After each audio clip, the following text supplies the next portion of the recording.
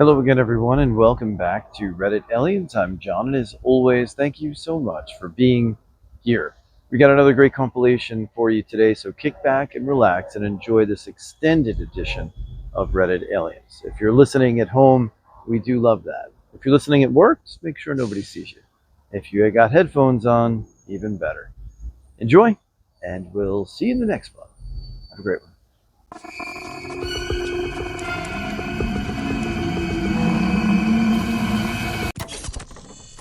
Serious, rural folk, what is the most creepy thing you've seen or experienced? Australia has a reputation for scary animals, but people don't ever talk about the sounds you hear. The cutest, most fluffy, sweet-faced little animals make demon noises in the dark. Our birds scream, possums sound horror movie noises, koalas sound like giant monsters. All of these are completely harmless. Generally, the dangerous animals are, coincidentally, the ones you can't hear. My uncle used to live way out in the country on a plot he said was a little less than 8 acres. His closest neighbors weren't terribly far away, within quick driving distance, but also just far enough that walking wasn't very viable. Anyways, I spent my 8th grade summer there, and he had one story that scared the shit out of me back then. He had an array of animals on the farm: 3 hunting dogs, pigeons, dozens of chickens, other various birds, a few goats, and a lone horse. And every night, he would make his rounds through his farm just to make sure everybody was where they were supposed to be and that everything was locked up. One night, as he's walking back to his house, his dogs start going wild. He initially doesn't give care to it and continues on his way, but his dogs are just relentlessly barking. He points his flashlight around and doesn't see anything. He gets to the back door of his house. His dog's still barking, and so he turns around one last time. Way out in his fields, he says he does see what looks like a moving shadow. He automatically assumes it's a coyote or some other wild animal and just goes inside. The next night, as he goes out to make his rounds, he said he was immediately stopped as he spotted some sort of shadowy figure just a little distance away from his barn. He didn't say anything, but he did take out his gun. Again, his initial thought was maybe a coyote trying to get his chickens.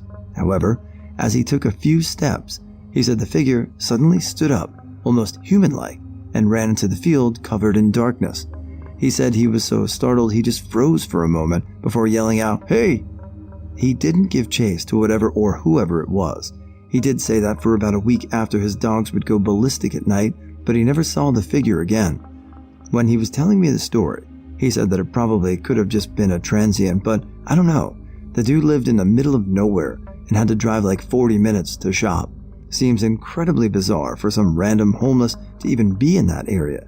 He said it could have also been a black bear, but I don't know either. He wasn't even close to the kind of area I would think black bears inhabit. Dude lived in a rural country farming area, not anywhere remotely close to mountains, forest, etc. I live on a road very far away from town. I have neighbors, but I can't hear them or see them from my house. My back deck overlooks a field before mics of woods. One night, I'm out back having a smoke and most likely stoned. I'm just chilling in the dark with a little bit of candlelight and the light from inside when I hear a sound that scared the hell out of me. It was a deep, low breathing, snorting sound.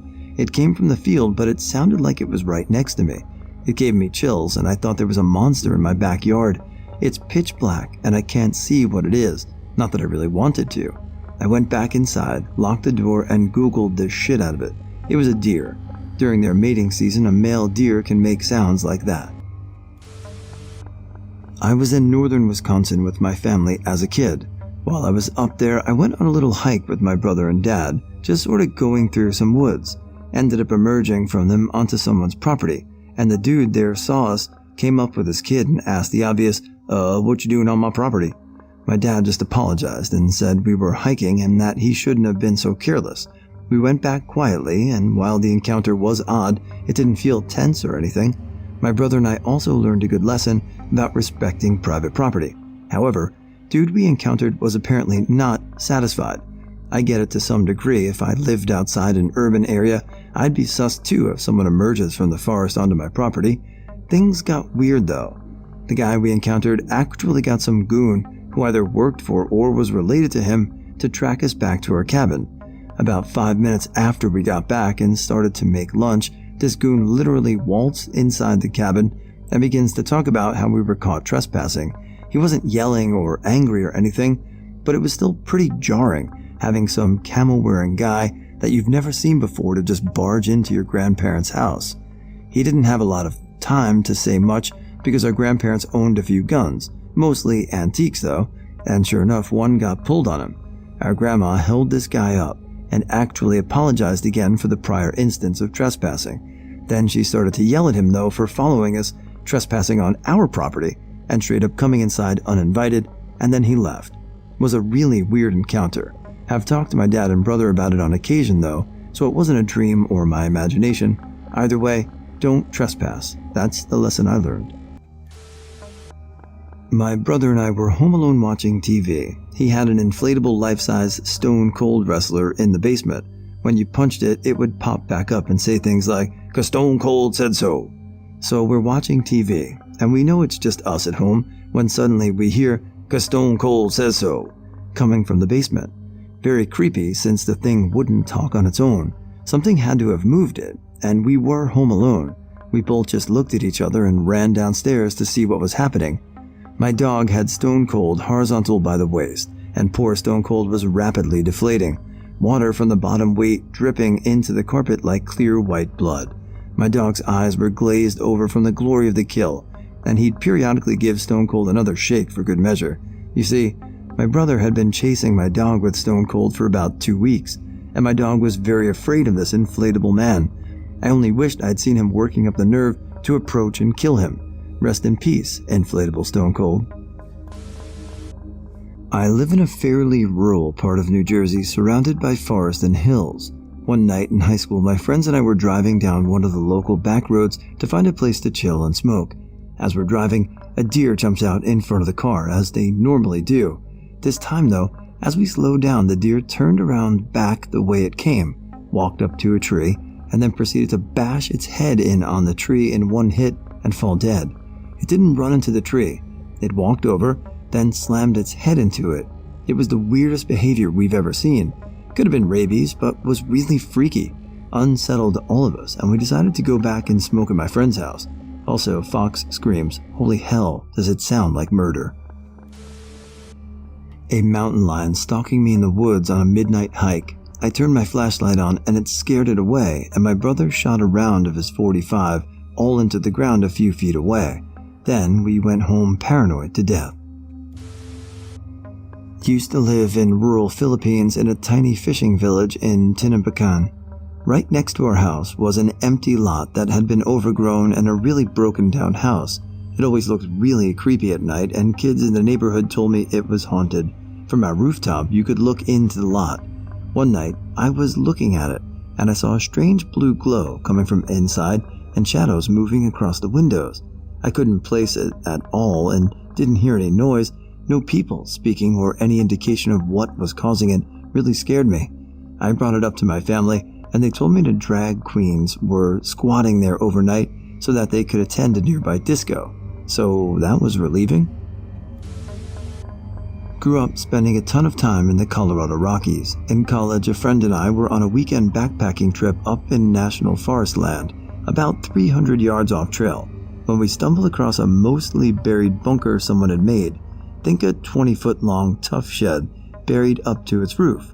We only noticed it because sun glinted off of one of the 2 small windows in the roof, which had been deliberately covered with brush and tree litter. Looking through the windows, we could make out a cot, buckets and tubs of food and supplies, etc. Found the door, concealed, partially buried, which had a heavy padlock securing it. Noped out of there with a quickness. Didn't want to run into whoever had built the place. Got stalked by a lone wolf for a few months. That was great. Never once aggressive to me though, but he was big. I live on southeast side of a lake in northern Ontario. In the winter, when the lake freezes, wolves come across the lake from the northwest, usually in packs, and hunt the local wildlife, mostly rabbits, I think, which are abundant. Well, one year I guess one wolf didn't make it back across the lake before it melted. We had an early spring thaw, and he was around for the summer. There's no streetlights on my road, and my friend lives about 1 kilometer up the road from me. After work, We'd go to their place for beers almost daily, to be honest, then I'd just walk home after. For weeks, I felt like I was being followed or stalked. I'd turn around quick and point my flashlight, and once or twice I got a quick glimpse of yellow eyes. At that point, I'd never seen one here in the summer. In the winter, yeah, going for a rip on a sled, sometimes you catch a glimpse in the distance. Anyways, one night after weeks of this happening, I borrowed a trail cam off of an M&R guy we do service work with, put it on the road not far from my buddy's place. After a few days, I pick it up, and sure a fucking enough, there was a big black fucking timber wolf following behind me like 1 to 2 minutes every night. This really freaked me out, but I had solace knowing that if it wanted to attack me, it probably would have already. All the same, I started driving to my buddy's place instead of hoping a ride and walking back, until one night, I had far more than my usual 2 after-work beers. I say fuck it, grab a flashlight out of my truck, and start to walk instead of drinking and driving. I'm walking, there's maybe a 3/4 moon behind me coming through the trees. It's light enough for me to see without my flashlight, and I have it off as per the norm. I'm about halfway home. I don't see him at first, and it was fast in my mind. All of a sudden, his eyes got lit up by the moon behind me. The wolf was walking on the opposite side of the road, walking in my direction, 15 to 20 feet in front of me. I don't know what the hell made me say it, but I just kept walking and just said, "Yo," as we passed, and the wolf kind of just grunted and carried on. Every year since then, there has been a lot less rabbits in our area. I'm guessing he cleared out a lot of the population that summer. When I was a child, 2 of my friends and I decided to explore around an abandoned house that was down the road from us. Typical abandoned house look. Paint peeling off everywhere with exposed wood in some spots, plants and vines overgrown, broken windows, roof tiles missing here and there. Well, we walked inside, and it matched the outside. Cupboards broken, floorboards splintered and cracked. Other than the place being extremely empty, we didn't really get any scary vibes from the place. Nothing really stood out to us as paranormal as we'd expect. So we leave the house mildly disappointed. We're walking alongside of one of the windows when this very well-dressed, well-groomed man, maybe in his 60s, wearing a black dress coat, white shirt, and black tie comes into view. We didn't see him inside, never heard anything. Yet here was this man just staring at us blankly through the window. Friends and I booked it as fast as we ever ran out of there and back home. It probably was just one of the property owners that just happened to be inside the same day we were. There were a few rooms we didn't go in, but good God, that scared the shit out of us, lol. A few years later, the local fire department burnt the place down in a controlled burn. So if it was paranormal, well, it's gone now, lol.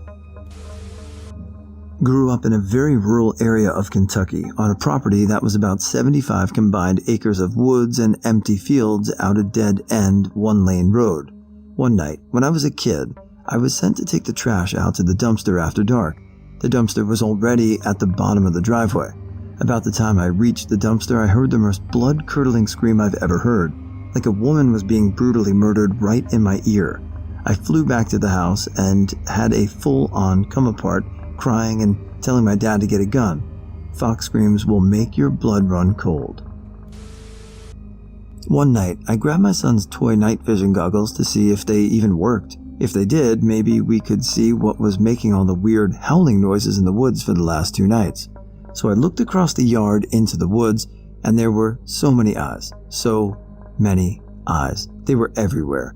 In one case, there was a grouping of 3 eyes. I had myself convinced it was just a possum with its baby, and I couldn't see the other eye. But then they all blinked at the same time. I've never ever used night vision to look into the woods again. Whatever deformity was there can have its space. Not rural, in the burbs, but my parents' house landlocked, which means it does not have direct access to the road. You have to go through someone else's property to access theirs. Currently, this is a parking lot that belongs to a park. My parents have kept their property natural, means they despise yard work, so they basically have a house in the middle of the woods next to a park. I was coming home one night a few years ago. It was dark between 10 and 11 p.m. I come around the corner to come up the driveway and immediately slam on the brakes. There was this tall thing coming out of the darkness right next to the driveway, and it was moving. It was taller than my car and super skinny. I fucking thought Slender Man was coming for me. As I sat there in shock, my eyes adjusted. It was a blue heron, a big giant bird. It had come up from the creek at the park looking for food, I guess. Scared the hell out of me. Live out in the country. Realized one night that we never got the mail that day, so I walked out to the road to get it. No moon that night, so it was pitch black, just the sounds of crickets and tree frogs. As I'm walking back up the driveway, I hear my husband whistling from the direction it's coming from. It seems he walked out the back door and was coming around this side of the house towards me. I didn't know why and didn't bother to ask. I just went up to the porch and back in the front door. Just then, my husband came out of the bathroom. I still get freaked out a little when I think about it. I was 100% sure he heard a human whistling a tune and both humans were in the house. I showed up at my friend's house once, as I did almost every day after school, like 13 years old. I rode my bike everywhere. I usually left it by the side of her pool in her backyard, but as I'm pulling up, she starts waving at me from her front porch. Her parents had gotten upset with us for leaving our bikes up there before, but neither of their cars are in the driveway, so I cruise up and we head inside. She immediately locks the door and calls 911. She had been up in her room looking for me to arrive, as she usually did apparently, and spotted a man lurking behind their pool, very near where I usually drop my bike. I was almost kidnapped, or like anything, I don't know. The guy booked it when the cops arrived and they didn't find him. 911 operator, what is a call that gave you the chills? Posted 1 day ago. Little after 2 a.m., I got a call of a car gone off a 100-foot embankment into the river. As officers arrive on scene and begin rescue and body search, I get relayed name of the deceased, who had been a friend of mine. I knew 5 out of 6 in the car, and as the search was wrapping up, I began to get calls from parents of the victims who knew me. Rough night in a rural area. Call came in around 6 a.m. in the morning. Teenage kids had gone downstairs to find their father collapsed on the kitchen floor. Per his son, he was unconscious but still breathing. Per protocol, I confirmed their address, sent the case to dispatch, and stayed on the line. I had the kids turn him onto his side into the recovery position. I reassured them. For a couple of teens, they really held it together. I told them to monitor his breathing. They said he was still breathing, kind of. And that's when I heard it on the other end of the line. That wasn't breathing. That was the death rattle. Agonal breathing. That was the first time as an EMD I'd heard that awful fucking rattling sound in a live environment. God help me, may it be my last. In an instant, I upgraded the case. This was no longer an unconscious patient, but somebody in cardiac arrest. Dispatch was notified. I saw additional resources being attached. I told the 2 teenagers in a voice that I hope had even a fraction of the composure they exhibited that we needed to roll their father onto his back, that we needed to commence CPR straight away. I work in a job where you have people in their 20s and 30s calling you up screaming, hysterical, and utterly inconsolable because of a fucking headache or a cut finger or a sore back. And yet these 2 kids, barely out of their teens, were pumping away at their dad's chest without hesitation, working in tandem to perform the best damn CPR I've ever heard over the phone in my 6 years as an EMD. All I could hear in the background as I helped them keep pace was their father's rattling breathing. I'm not religious, but you can bet I prayed to God Almighty to just let this one live. Please, for fuck's sake, just let these kids keep their father. Is that so much to ask? At least give the guy a chance to say his goodbyes properly. It was only when the sirens in the background drowned out all the other sounds and the crews confirmed they were at scene that I quickly told those kids how proud I was of them and disconnected. I made it a point of mine to never follow up jobs like this, but curiosity eventually got the best of me. I found out a few days later that the guy had passed away. I wish I'd never followed up. Not really the chills, but this stuck with me because it'd just be such a weird story this guy has for life. Guy called in the morning after going onto his balcony with his morning coffee, and he's greeted by a severed arm. Just the arm, nothing else. Turns out, someone had jumped from a much higher floor than his, smacked his arm on the railing on the way down, and the impact took it clean off. The remains of the body had already been cleaned up on the ground by the time the guy called, and he just slept through it all. It was a year ago. A father called 911 stating his 2-year-old daughter wasn't breathing. I tried to instruct him on how to do CPR while I got the ambulance out there. He kept refusing and telling me he didn't know how, besides me insisting I would help him do it. He told me that his daughter had fallen down the stairs 2 days before the call and that he didn't know what was happening. The mother was screaming in the background. I started to get nervous due to the fact that it was 2 minutes into the call, begging this man to do CPR on his baby. He gave the phone to what I'm assuming is the sister of the mother, and I gave her instructions on how to attempt to revive this little baby girl. I told the officer something was going on with this, and I didn't feel right about it, and they get there, and I never knew anything until the news a few weeks later. The father and grandmother were arrested for murder on this little baby. She passed away due to consistent abuse by the father when the mom was gone or at work. I never forgot that call.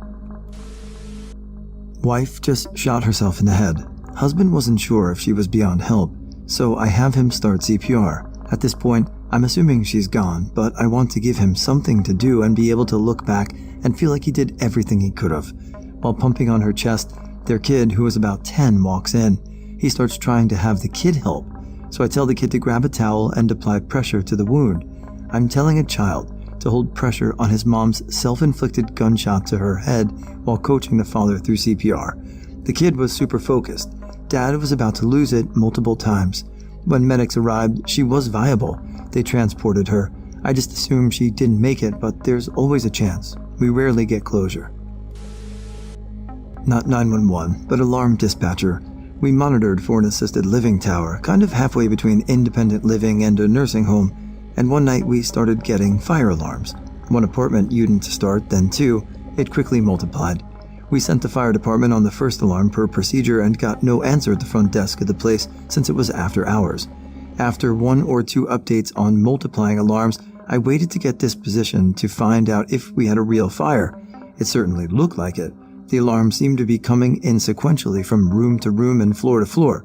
The thing was, it didn't stick to just fire alarms. We also monitored the dedicated medical alarms in these apartments, and they were lighting up along the same pattern. We report those to FD dispatch too, so I was at the limit of what I could do. When I finally got an update, it felt like my chair was spinning. Yes, there was a fire in this apartment building, and they were trying to put it out. There were even some legitimate medicals, but those were most likely people signaling that they were trapped in their rooms.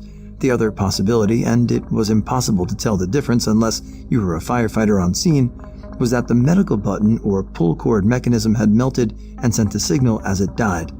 We watched for way too long as the building sent up ghost alarms no one could do anything with but wait out, hoping if there was a finger on the button, they'd be found. My aunt was a 911 dispatcher for a couple of months, and she told me about these 2 calls she had. This little boy around 6 or 7 was bawling on the phone because his big brother had shot himself in the head and his face and brains were everywhere. The other one is that this little girl, I think was 3, had called because her stepdad was beating the shit out of the mom, and my aunt said that you could hear the mom screaming in the background, and so after a while, the dad came in and beat the shit out of the girl for calling the police. And so my aunt had to hear this 3-year-old little girl getting the shit beat out of her while her mom was trying to stop the stepdad. EMT here. When you're in this profession long enough, these people that are experiencing the worst moments of their life just become a job to you. Like, yeah, there's some person dying in the back of my ambulance, but I'm also thinking what I'm going to eat for dinner later or my plans for tonight. I find that kind of chilling. As for something that stuck with me, it's this sick, obese lady who was also a hoarder and had a ton of animals in her house. We picked her up from a hospital and had to transport her to a disabled hole because she can no longer take care of herself even if she's still all there mentally. When we got to her room, it was no bigger than a cheap motel and she began crying. It was this kind of cry where she had the realization that she no longer has control of her life and that she'll rot away in this room until she dies. You never really think about the emotions that people go through in situations like that, and my heart broke for her. We get a call at like 7 a.m. from a male who sounded very out of it. He kept saying that his wife was hurt, but we couldn't get much else out of him at first. After some back and forth, we found out that he had got in a fight with her the previous day, like 8 to 10 hours earlier, and hit her repeatedly with one of those meat tenderizer mallets. Then he decided that he couldn't live with it and attempted to cut his own throat. He couldn't follow through with that, so he slit his wrists. He had lost enough blood to go into shock, but not die, and called us when he came to. When responders got on scene, the wife was still alive, though obviously in some seriously rough shape. She was transported, though I'm not sure if she made it or not. CW, mental health, suicide. First party caller, calling from a train station platform, suicidal and threatening to jump. Whilst on the phone, I pull up the timetable for that station and see there's about 20 minutes till the next scheduled train. Responders are about 20 minutes away. This is going to be a tight one. Not even 10 minutes later, he says he can hear a train coming. I can hear the background noise from the guy moving closer to the platform edge. He says he's going to do it. Then I hear the train's engine as it approaches. Clearly it's not due to stop there. Then I hear the horn, some rustling, and the sound of the phone falling before the line drops out instantly. Immediately tell dispatch that it sounded like he'd jumped. Try to call the number back, not expecting to be able to get through. It rings. After 5 or 6 rings, he answers. Tells me that he got scared and couldn't do it. Then he says he climbed down onto the tracks to make sure he doesn't chicken out again. Fortunately, once he tells us he's on the tracks, we can contact a rail signaler. They don't do anything for reports of threatening to jump from a platform or at a level crossing. But if there's a reported trespasser on the line, they'll put the trains on low-speed caution. Police arrive about 5 minutes later and convince him up onto the platform. He was detained for a mental health evaluation, but he lived. My blood ran cold for those 90 seconds where I thought he'd gone through. Not the worst I've had to deal with, but the others don't fit the question as well as this. Not me, and not a call technically. My uncle was a cop for a small town. He worked the overnight and got a call out to a car in the ditch, body ejected. He showed up and in work mode bypassed everything except the person, who was unrecognizable, and began CPR. Other officers began to show up. They ran the plates on the car and found out the victim was my other uncle, the cop's brother. My cop uncle had no idea he was giving CPR to his own brother, as he was so unrecognizable from the crash. My uncle did not survive. It is known that he was drinking, though I don't think he was trashed. He was also texting. The thought is that he began to veer off-road, hit a mailbox, and overcorrected and hit the ditch on the other side. He was not wearing his seatbelt. The only reason he was found quickly was because he crashed near a farmhouse and it was heard by the people living there who called 911. This was in the boonies. Occurred about 2 weeks ago. Get a pretty standard non-urgent difficulty breathing call for meds. Get units started, no problems. Last thing I tell her is to unlock her front door and come back to the phone. She had coded landline. She gets up and just never comes back. I just get an open line. Can hear some shuffling in the background, nothing distressing. Honestly, I just thought she put the phone down and forgot about it. But we're supposed to stay on the line until confirmation of everything, so I didn't hang up. When the fire department gets there, they inform she had died home alone while on the phone with me. She basically dropped dead immediately after unlocking the front door. I was shocked and had to go back and re-listen to the call, knowing that woman was dying for a good 2 to 3 minutes and no one could save her. I'm not a 911 operator, but I work for a company which specializes in critical event management. As such, we have people call us to send out ENS messages when they can't get to a computer. This method of sending out messages was much more popular before we developed a mobile app. Years ago, I worked for a much smaller company than I do now. This meant that I was on call 24/7 as we had some big customers. One night, I just finished work when my work phone started going batshit crazy with calls, texts, and emails. I answered the first call, and it was one of our customers whose building was affected by a bomb which had gone off. They had no network access, but needed to stop people from returning to the office from lunch. I could hear screaming and commotion in the background as I composed their message for them and sent it out.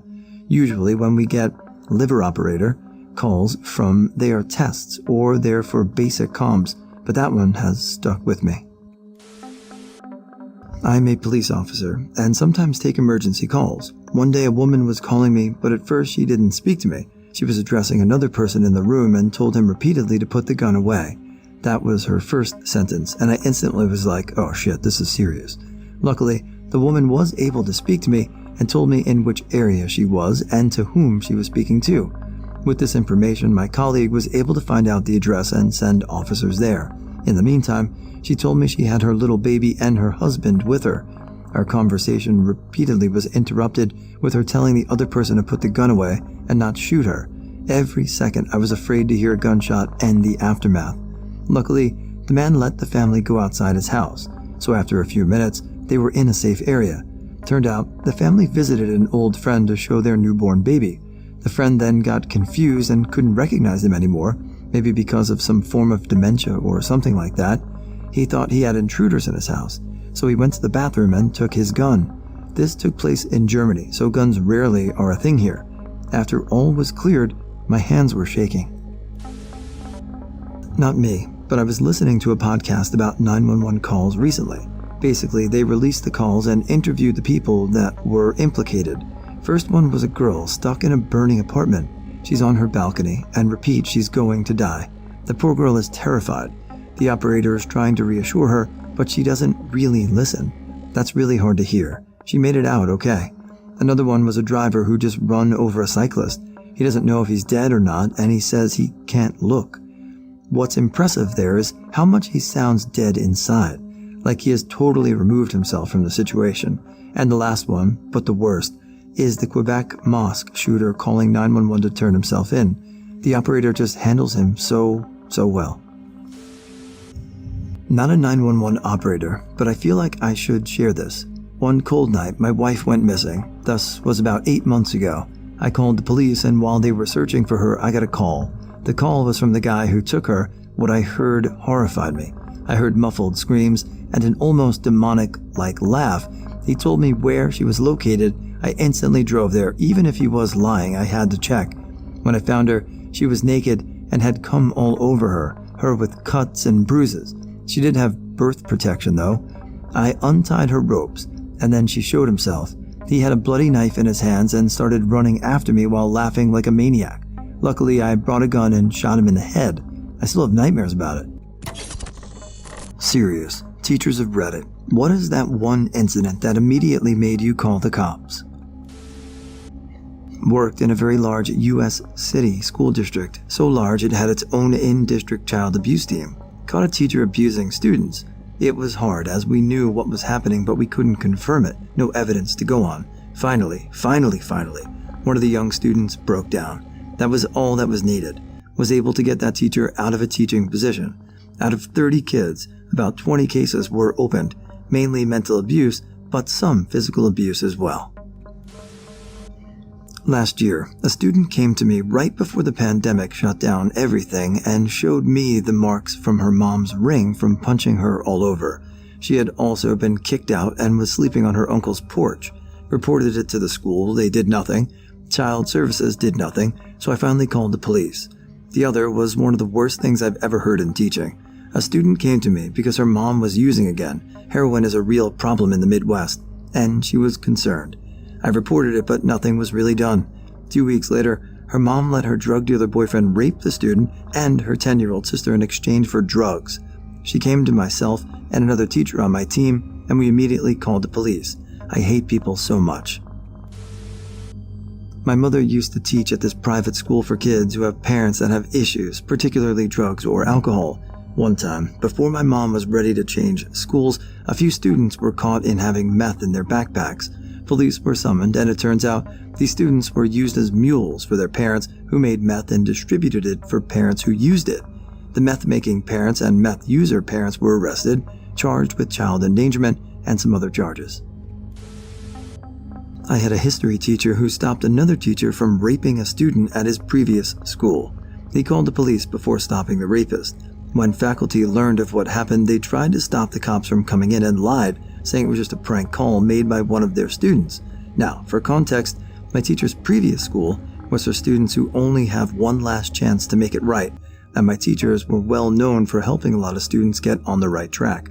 Cops came and spoke to my teacher, who told them of the entire incident.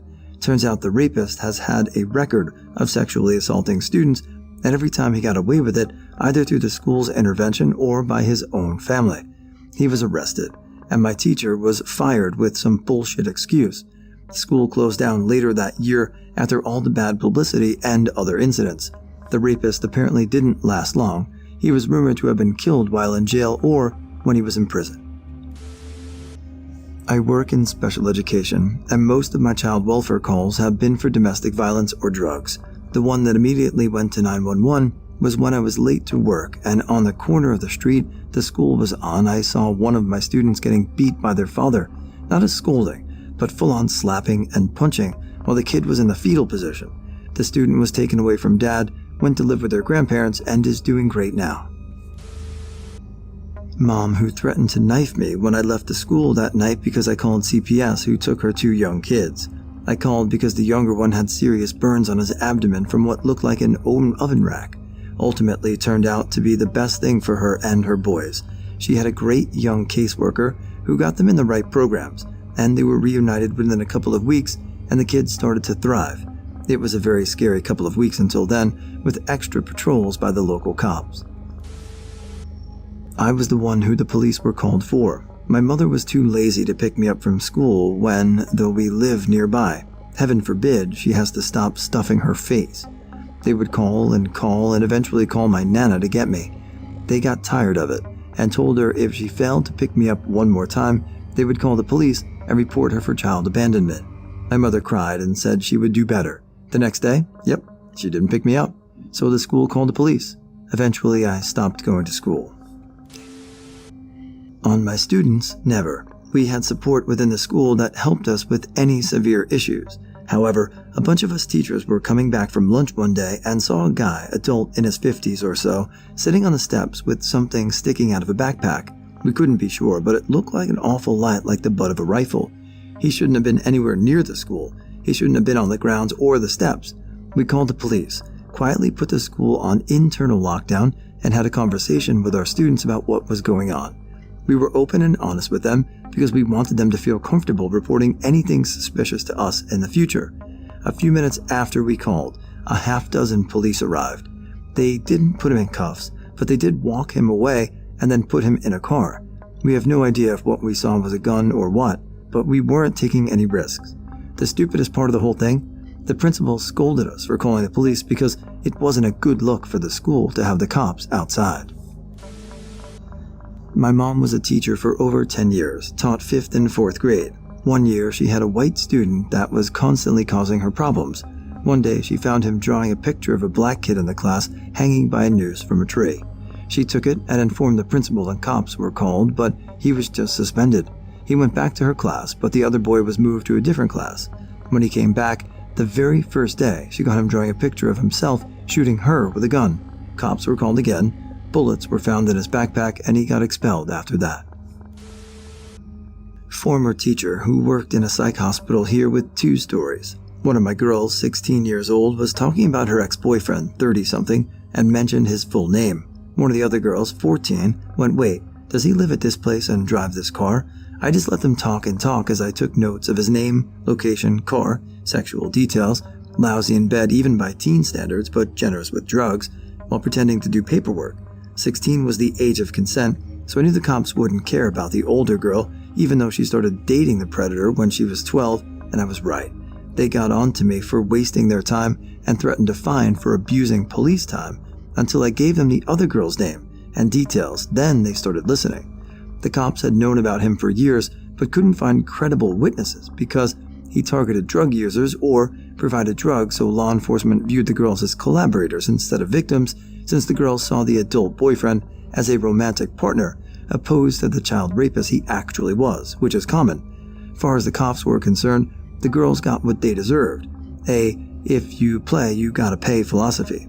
They, and the other school staff, used that phrase often, even when the victims were under 10.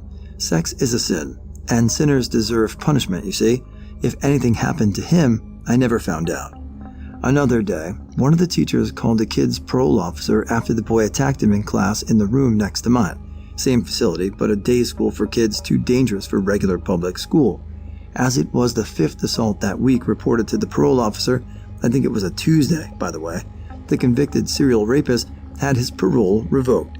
When the cop got there, he threatened to arrest the school staff, myself included, for tying up police resources since we couldn't keep control of our kids. Then he told the kids the cops were no longer locking teen offenders for parole violations by loudly yelling this at the teacher who would call the parole officer.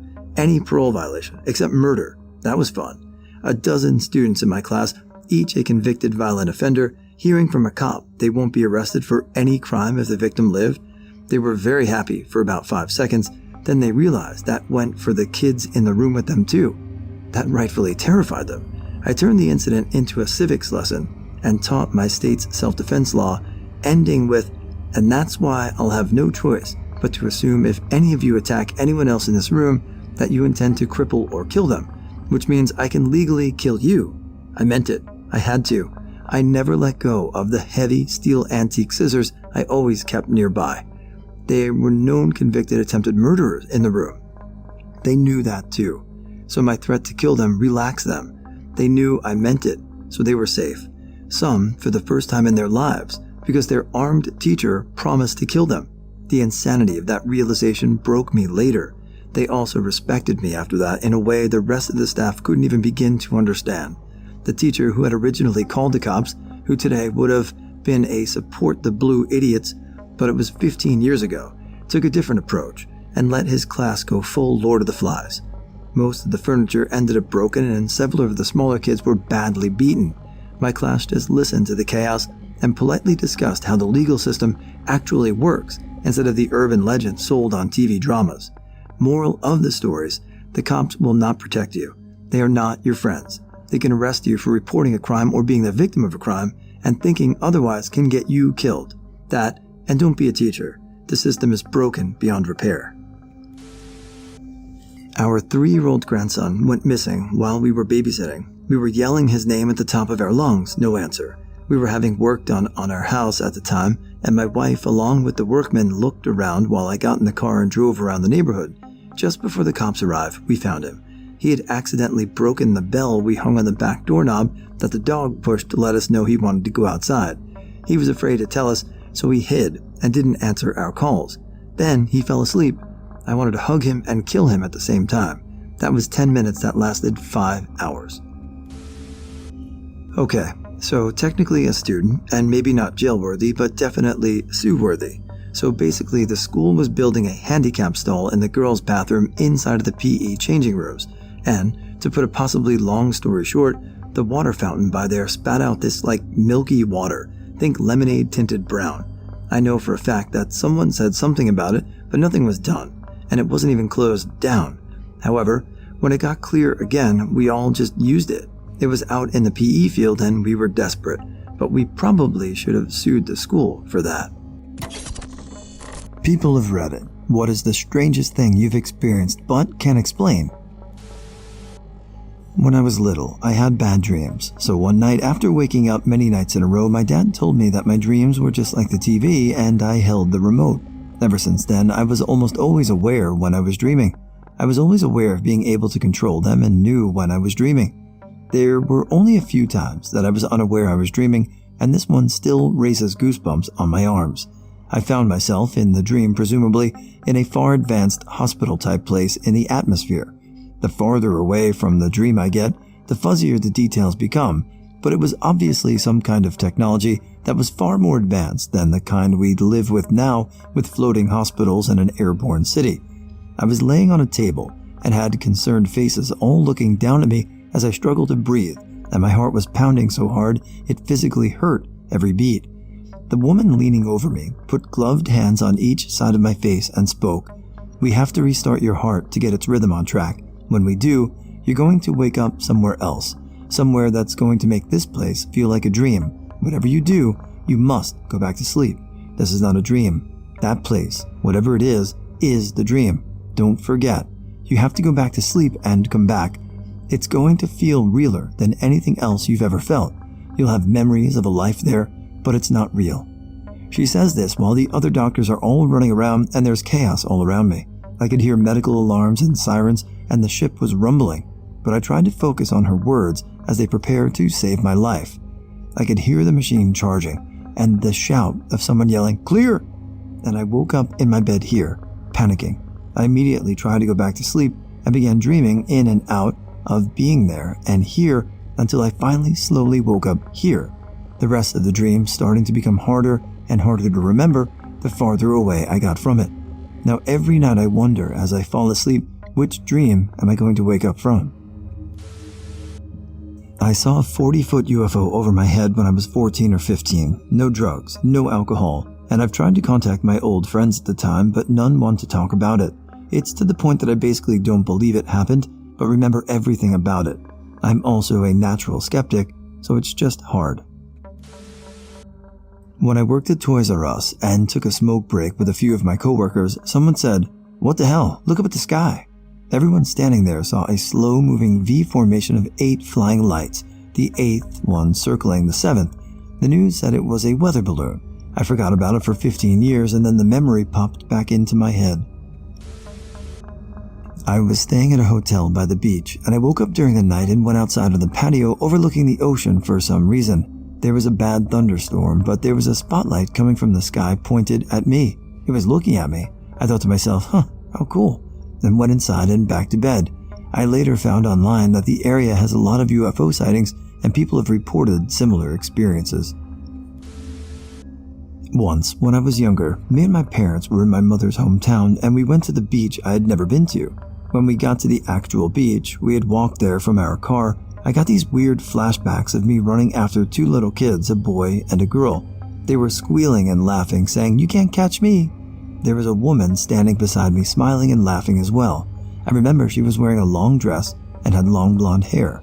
I've never talked about that to anyone, but I have no clue what caused it or who the people in that flashback were. After a party, I was laying on my friend's couch that was outside, and I was looking at a star, and it started kind of moving, and I just figured I was drunk, but I kept watching, and sure enough another light came out of it, circled around it for a while, and I went in to show my friend, and he goes, "No way," and then comes out and looks, doesn't say anything, but slightly acknowledges, "Yeah, we're both tripping, and nah, I can explain, it was fucking aliens." When I was 21-ish, I went to Spain for a music festival, was a bit stupid and bought an open return coach ticket from London to Paris and a one-way coach ticket from Paris to Valencia. The festival was in Benicassim. Went to the festival, had fun, had to come back. Someone took me in his van to Montpellier in the south of France, and I had to get to Paris Gallieni for my coach, which was open, so I only had to tell them when I was returning to guarantee my spot on the coach. I didn't have a plan or money to get to Paris, so I thought fuck it, and bunked the super fast train. Had to hide in the toilet for 3 hours on this train. Anyway, I get to Paris and it's like 11:30 p.m. or so. Run down and get on the metro before I realize this is the second last metro of the night, and there are 2 Paris Gallieni stops on the line. I get out at the first one, and I don't recognize it after walking around, so I decide that I'm going to have to take the last metro and hope it's the other one. I get out at the next stop, and I don't recognize it either, and can't see any signs for a coach station, so I'm close to giving up when a stranger appears out of nowhere and says to me in English, "The coach station is that way," while pointing. I hadn't said a word, so I don't know how he knew I was English. I don't even look very English, or how he knew I was looking for a coach station. I started walking the direction he pointed, and he shouted, "Run!" after me. So I did. I get to the coach station and ask the man if I can jump on the next coach to London with my open return. It's around midnight by now. The guy behind the counter says, "Yeah, you're lucky. The last one leaves in 2 minutes, and there's only 2 seats left on it." If that guy hadn't appeared and directed me and told me to run, I would not have got on that coach and would have had to sleep in a rough part of Paris, probably on the streets. I think it was a guardian angel, to be honest. Not as crazy as some other stories here, but wild for me. TLDR.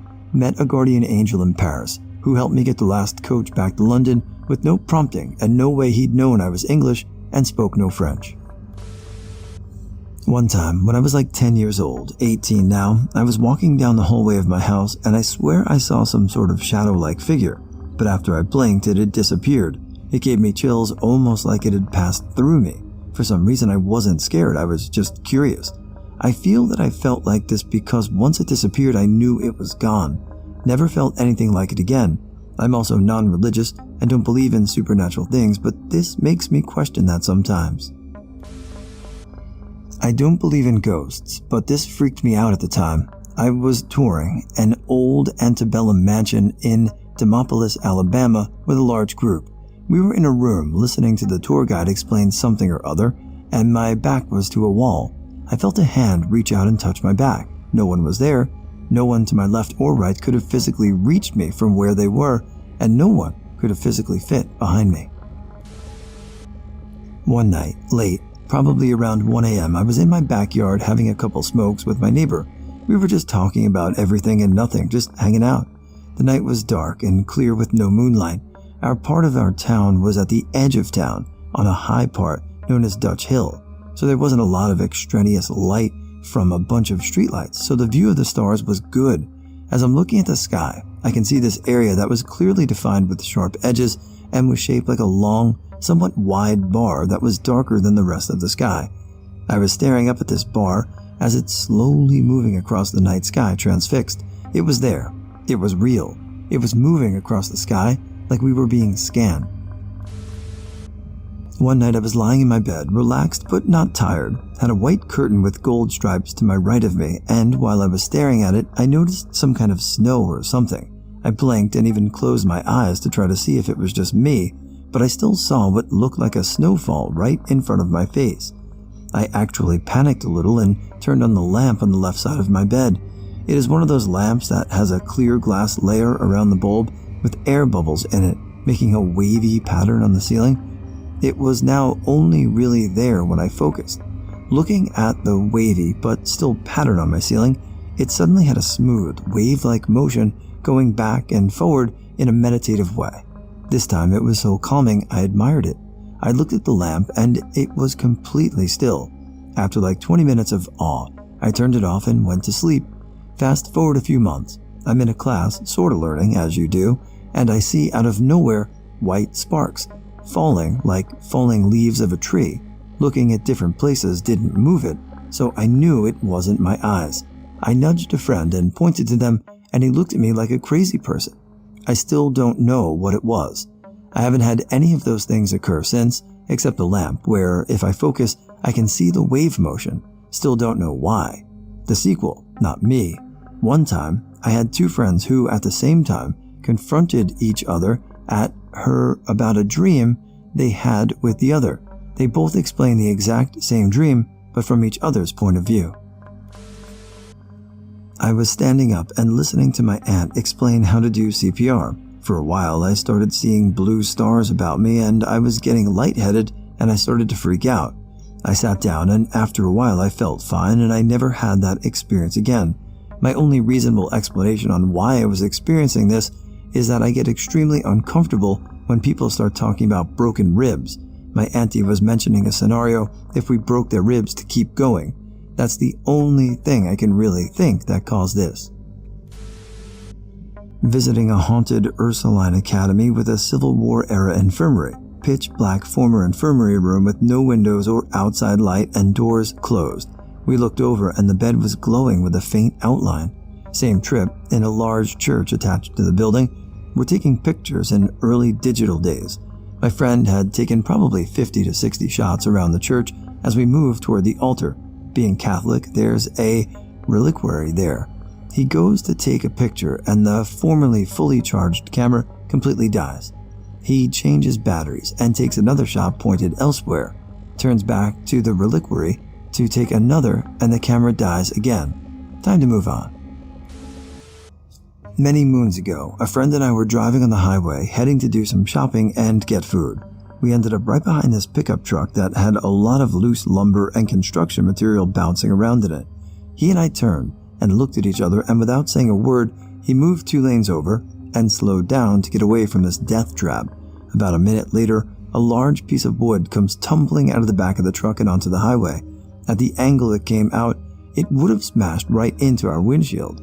It bounced over the 2 lanes and we wound up running it over anyway. We pulled over and were going through the whole "holy shit, did we just almost die" conversation when my phone rings. It's my wife. "Are you guys okay? I was taking a nap and had a dream you were in a car accident." I share a room with my brother, and our bedroom door will randomly open if you don't close it at a certain way. We used to get scared as kids when it would randomly open, so now every night we make sure it's closed the right way before we go to bed. One night, my brother and I were watching TV and eventually we just got too tired, so we didn't bother closing the door the proper way. We eventually just knocked out.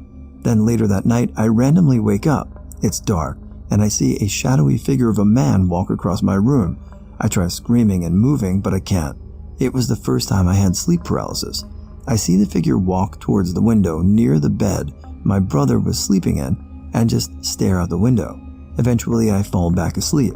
The next morning, I go to work and tell my coworker about the dream I had last night. She reassures me that I just had sleep paralysis and it's nothing to worry about because she gets it all the time. I'm like, yeah, I was just really tired last night, so it probably was sleep paralysis. When I get home from work, my sister's home. I tell her, yo, I had the craziest dream last night. I think I had sleep paralysis. But before I tell her my dream, she said, you had sleep paralysis? No, you didn't, because I think I saw you randomly walk into my room last night and stare out the window. I was tripping out because she told me exactly what I saw before I even told her. I don't think it could have been a stranger or a burglar in the house because I have 4 dogs and they would have been barking the entire time. Probably one of the most weirdest things that's happened to me. Serious. What's the scariest thing that ever happened to you that no one would believe? When I was like 10, boy, I went to the bathroom in a McDonald's alone. Some guy followed me in and locked the door while I was pissing in the urinal. He appeared sketchy as fuck, and even at 10, I accepted that I was about to be raped, molested, something bad in a public McDonald's bathroom. About 4 seconds after he locked the door and started walking toward me, someone wanting to use the restroom tried to open the door, but it was oddly locked. He yelled that it was a multi-person bathroom and to unlock it. That scared the rapist fuck. He quickly turned around and bolted out of the restaurant. I obviously wasn't raped, and when I tell people that story, they never believe that I was literally seconds from something disastrous. The typical response is, you were 10 years old. You had no idea what the actuality of the situation was, or, I'm sure he just had to shit and didn't want anyone else in there. No, he was coming for me, and there is no doubt in my mind about it. It gives me chills to this day. That my ex-friend nearly drowned me. When I was about 7 or 8, we had a really boiling hot summer, so my friend's mom called up my mom and some other parents and offered a bunch of us to come over and play in their pool to cool off. My friend climbed up the low-hanging tree by the pool and jumped in, and dared this lad to do it too. The kid didn't want to, but my friend convinced him. Once the lad was up, my friend grabbed his leg and pulled him out the tree, and the lad hit the ground hard. The lad ran off crying, got his stuff and ran home. Then my friend's mom came out hearing the commotion. I tried to tell her and she laughed, said boys will be boys, and went back in with her glass of wine. Next thing I feel my friend grab me, saying I had to pay for telling on him, and he then dragged me under the water, drowning me. I remember my lungs began to burn, and I started thinking to myself if people would know what happened and if my body would be found. I don't know how I got the strength as my vision began to fade, but flipped around in his arms, punched his stomach and kicked his nuts. My friend let go in pain and I shot up. I spat so much water out and took so many breaths I kicked him again as he tried to grab me and threw myself out of the pool onto the floor. I grabbed my stuff and ran home. I tried telling my mom, but she wouldn't believe me, said it was probably a game that got out of hand. A couple of weeks later, same lad, when I tried to tell my teacher, stabbed a pencil into my wrist above my veins. Even then, nobody believed me about the pool or how dangerous he was. I only hope he doesn't go on to hurt somebody else in the future. When I was a teen, I spent a lot of time in downtown Houston just being a little shit. One day, me and 2 friends were walking along when a homeless man asked me to give him my Dr. Pepper. I told him to fuck off. He started yelling, stood, pulled out a revolver, and emptied it at us. As soon as it came out, I yelled for us to run, and we ran. I can still remember what the bullets felt like whizzing by, and the weird sound that concussive air made. No one was hurt, and they never found him. The cops didn't act like they didn't believe us, but loads of our friends did, and I suspect the cops did too. Still, the 3 of us know we almost met Satan that day. Woke up handcuffed to a hospital bed, and no one would talk to me for what seemed like hours. Massive headache. No idea where I was or how I got there. The part of the story I stopped telling people is that the only thing I remembered laying in that ER bed was kneeling on the ground somewhere, and I looked up and saw an older version of myself looking down at me, and he said, "Not today." Talking to friends and family after I was released that day made the confusion worse. No one had seen or heard from me for about 30 hours prior to me waking up in the hospital. In 2018, was descending from Mont Blanc using the French route. That day was very hot, and it was like 14 p.m. when we started the descent from the refuge as we summited and descended during the morning. The hot day made the infamous Couloir de Gautier, often called Channel of Death, begin to discharge boulders up to the size of refrigerators down the mountain. Fortunately, we were on the nearby ridge at the moment, and we could take cover behind some blocks, because the landslide made the boulders jump 20 meters high into the air. Any of those could have killed a person. That passed, we went down and had to pass the couloir, where a steel cable is placed to help hikers pass. Every 30 seconds or so, rocks came down, tumbling 1,000 meters from the mountaintop. My friends did not want to traverse at first, but we had to get to the train at the Eagle's Nest to go home. I then decided to do the most stupid or brave thing in my life and started running across the continuously moving rocks and ice when I felt there was a gap in the landslides. I fell 3 times, but I got on the other side, blood everywhere and all, but I was still exposed while my legs trembled too bad to move any further. I closed my eyes and I thought, okay, I'm dead. But the mountain did stay quiet for another 30 seconds or so, and it allowed me to duck into cover. I proceeded then to tell my friends when to pass circa safely. That same night, a massive landslide obliterated the steel cable and all the metal structures that were in place. I've never been so scared in my entire life. Stay safe on the mountains, folk. I saw a demon when I was 9. I was upstairs in my bedroom, lying on my bed. I hear the phone ring and figure, Mom will answer it. It keeps ringing, so feeling annoyed, I answer. The line is silent at first, and then I hear my younger cousin's voice on the other line say, Annie, are you okay? Help me. I'm instantly startled, thinking my cousin is in trouble. I get off my bed when I stop dead in my tracks. Something is growling. I turn around and the growling continues. It's coming from under my bed. Like an idiot, I lift up the sham, and under my bed, staring back at me, is a black figure with glowing eyes, fucking growling. I ran downstairs, still hyper-focused on my cousin. I tell my mom, cousin is in trouble. She looks at me confused, and I say, she's just calm. Didn't you hear the phone ring? And my mom looks me dead in the eyes and says, Mija, the phone didn't ring. It's not the scariest thing that's happened to me, but it's something that scares me a lot when it happens to me, and the people I've told say it's never happened to them. But sometimes I have a very recurring nightmare, and it feeling like I'm very, very small as a grain of rice. At that moment, I feel that someone can take me with their 2 fingers, thumb and forefinger, as if I were a simple insect. That makes me feel a lot of insecurity, and I feel very weak and pathetic. Usually when I dream, I get up nervous, sweating and very afraid. I don't know if I'm the only one who happens that. I had a lot of weird experiences in my old house. I don't believe in ghosts, spirits, demons, or whatever. One of them was this dream I had. I swear it's a dream, but was so vivid and I remember it so well that I don't know. First, I felt as if I had woken up in my room, which was on the ground floor and had a window to the patio. Everything was dark. The only thing I could see was the window, and the shadow of a man wearing a hat was outlined on it. I dreamt that I got up, grabbed a little axe I had back then, and went to make sure the door was locked, and that nobody was actually inside the patio, maybe call the police. As soon as I got close to the window, and through the closed curtains, I saw a pair of glowing eyes staring at me. I then heard a big crashing noise, and felt as if I had woken up again, but this time back in my bed, and I couldn't move, sleep paralysis. I turned my eyes to see toward the window, looking for the man in the hat, and I couldn't make it out anymore, but the inside of my room had a dark reddish glow, and I saw the shadow of something the size of a toddler dancing around my bed. I started to tense up, but I had been watching Supernatural and thought, what would Dean Winchester do? And answered myself that he would punch the shadow. The shadow toddler got near my right hand. I felt it brushing it gently, but I still punched it with my other hand.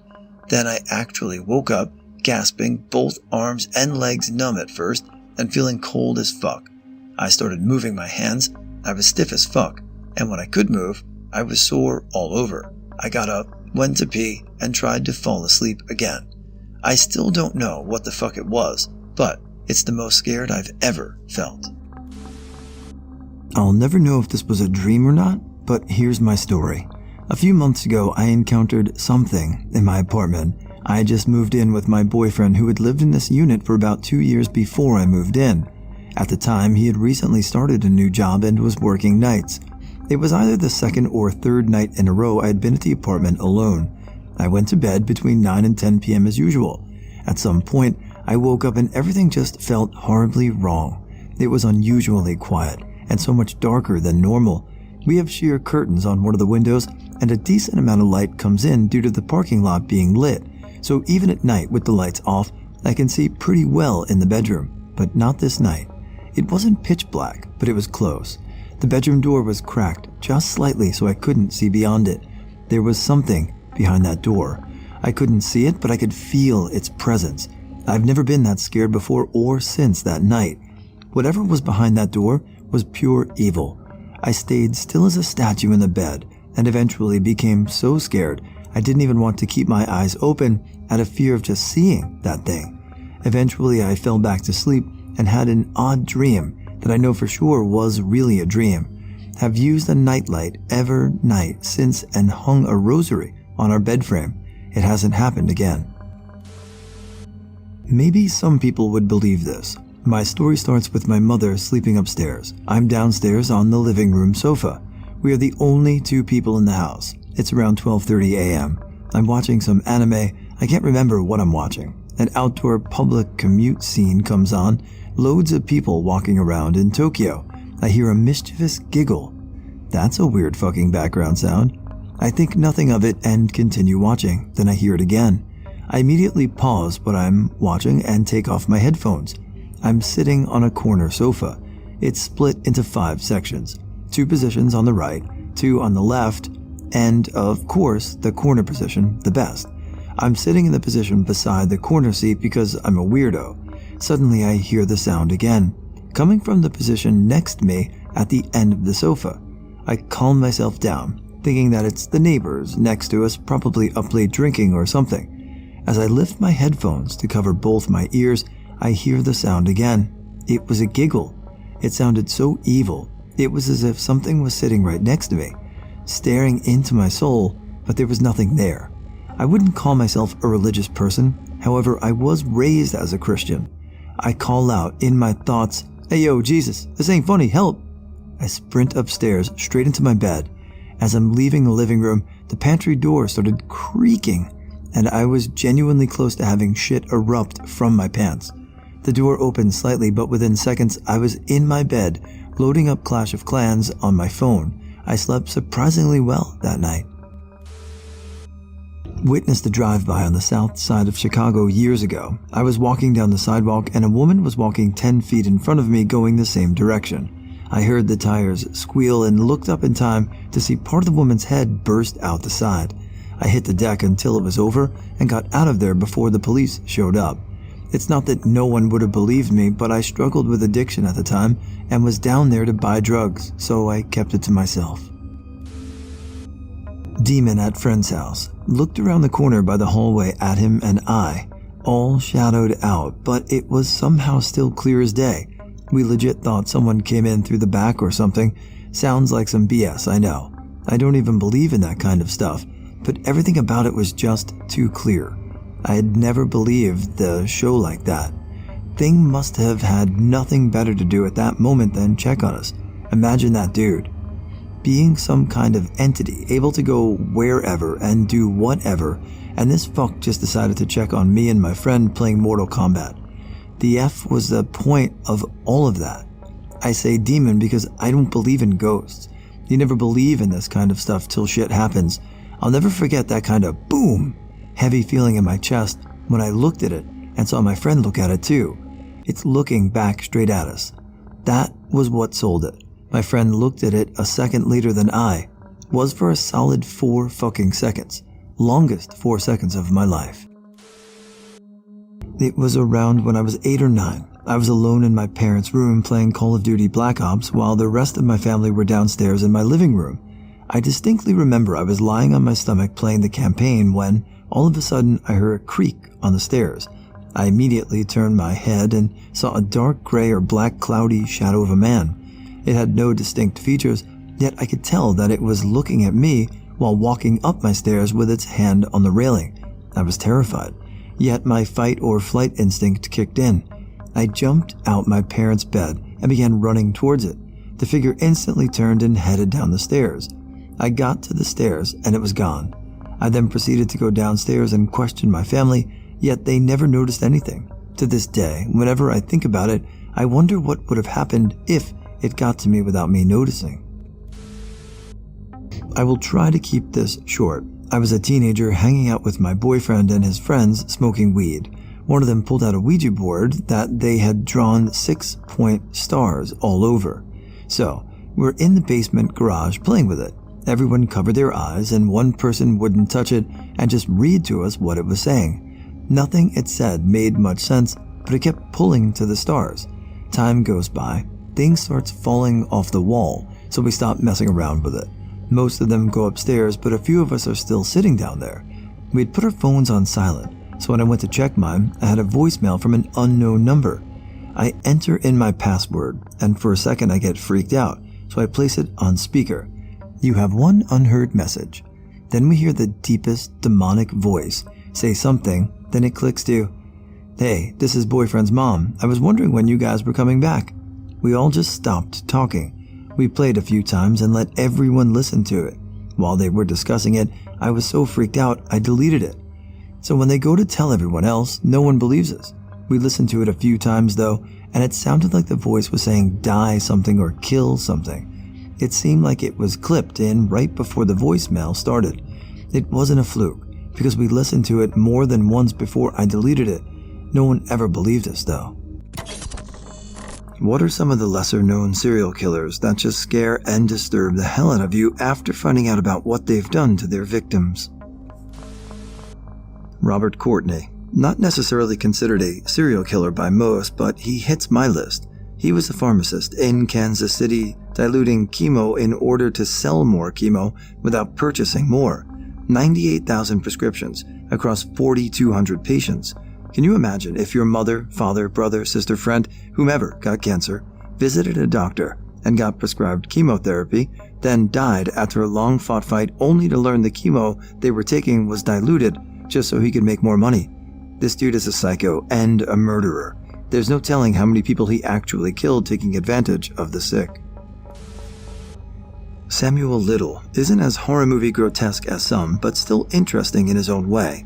He confessed to 93 murders, 60 confirmed over 35 years in 19 states, which makes him the most prolific confirmed serial killer in US history. The geographic and time dispersion made it such that nobody realized all the individual cases were connected. It wasn't until he was finally arrested for one murder and started confessing to more and more and more that authorities realized what they were actually dealing with. Robert Pickton. He was a serial killer in Vancouver, British Columbia. He killed a confirmed 49 women and potentially killed more. He preyed on all kinds of women, but the majority were sex workers. He fed their remains to his pigs and disposed of certain body parts in bio-waste containers meant for animal waste, like carcasses. Michael Swango. He was a doctor who nearly got kicked out of his medical school, then became a surgery intern.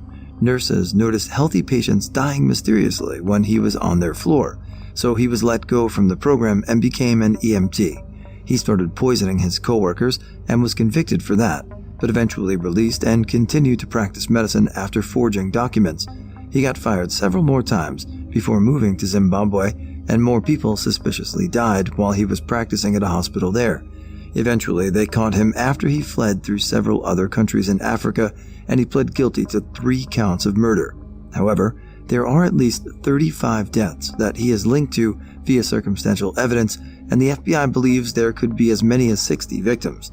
I think the scariest part is really that they let him go so many times and he was able to keep practicing medicine.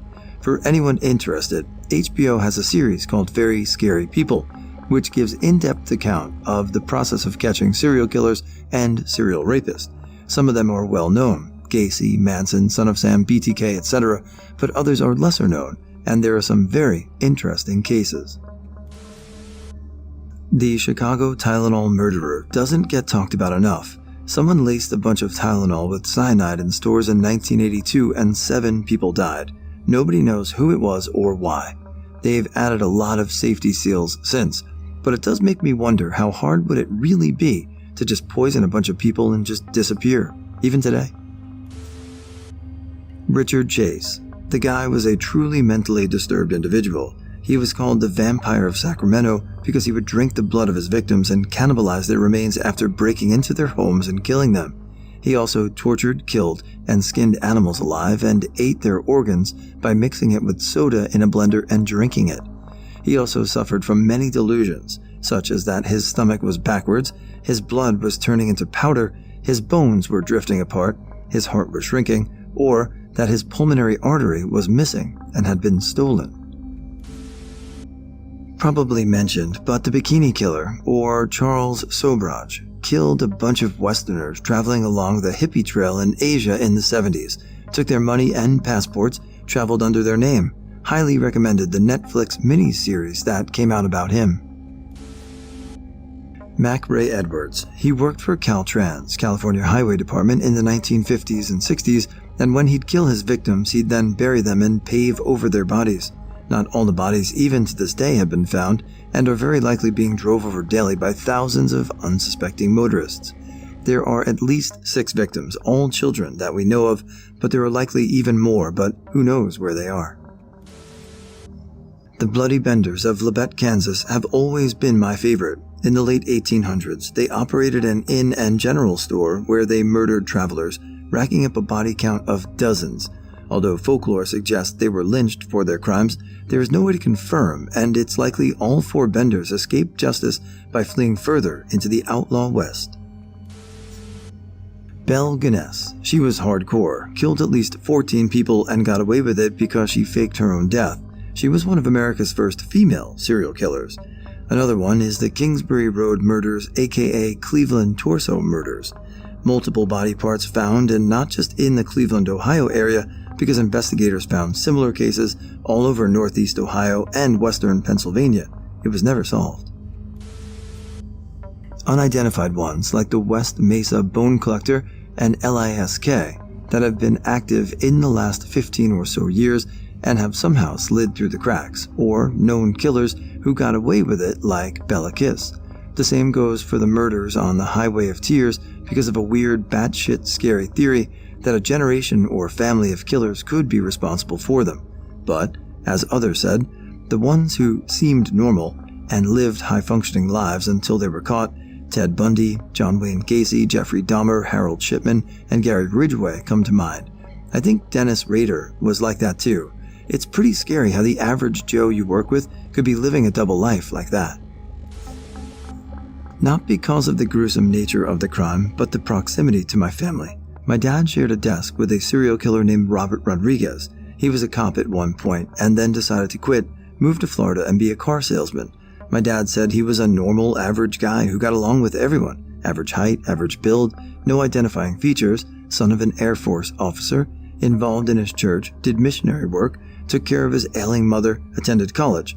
He could have been your next-door neighbor, colleague, fellow church member, literally any random person you might encounter anywhere.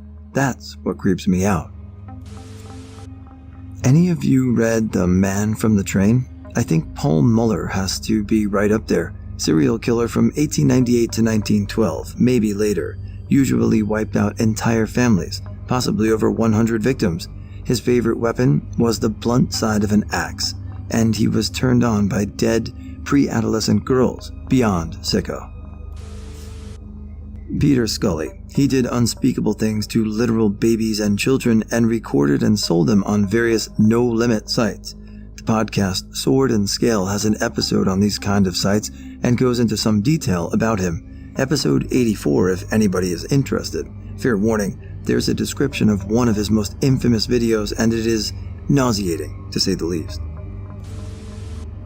Alexander Petrushkin was basically playing chess by killing people to fill a chessboard, shoving his believed victims down a manhole after killing them. The Snowden murders, a group of men who killed people believing them to be pedophiles or gay because the leader of their group said, "Because I say he is." Herbert Mullen killed people to prevent earthquakes from happening.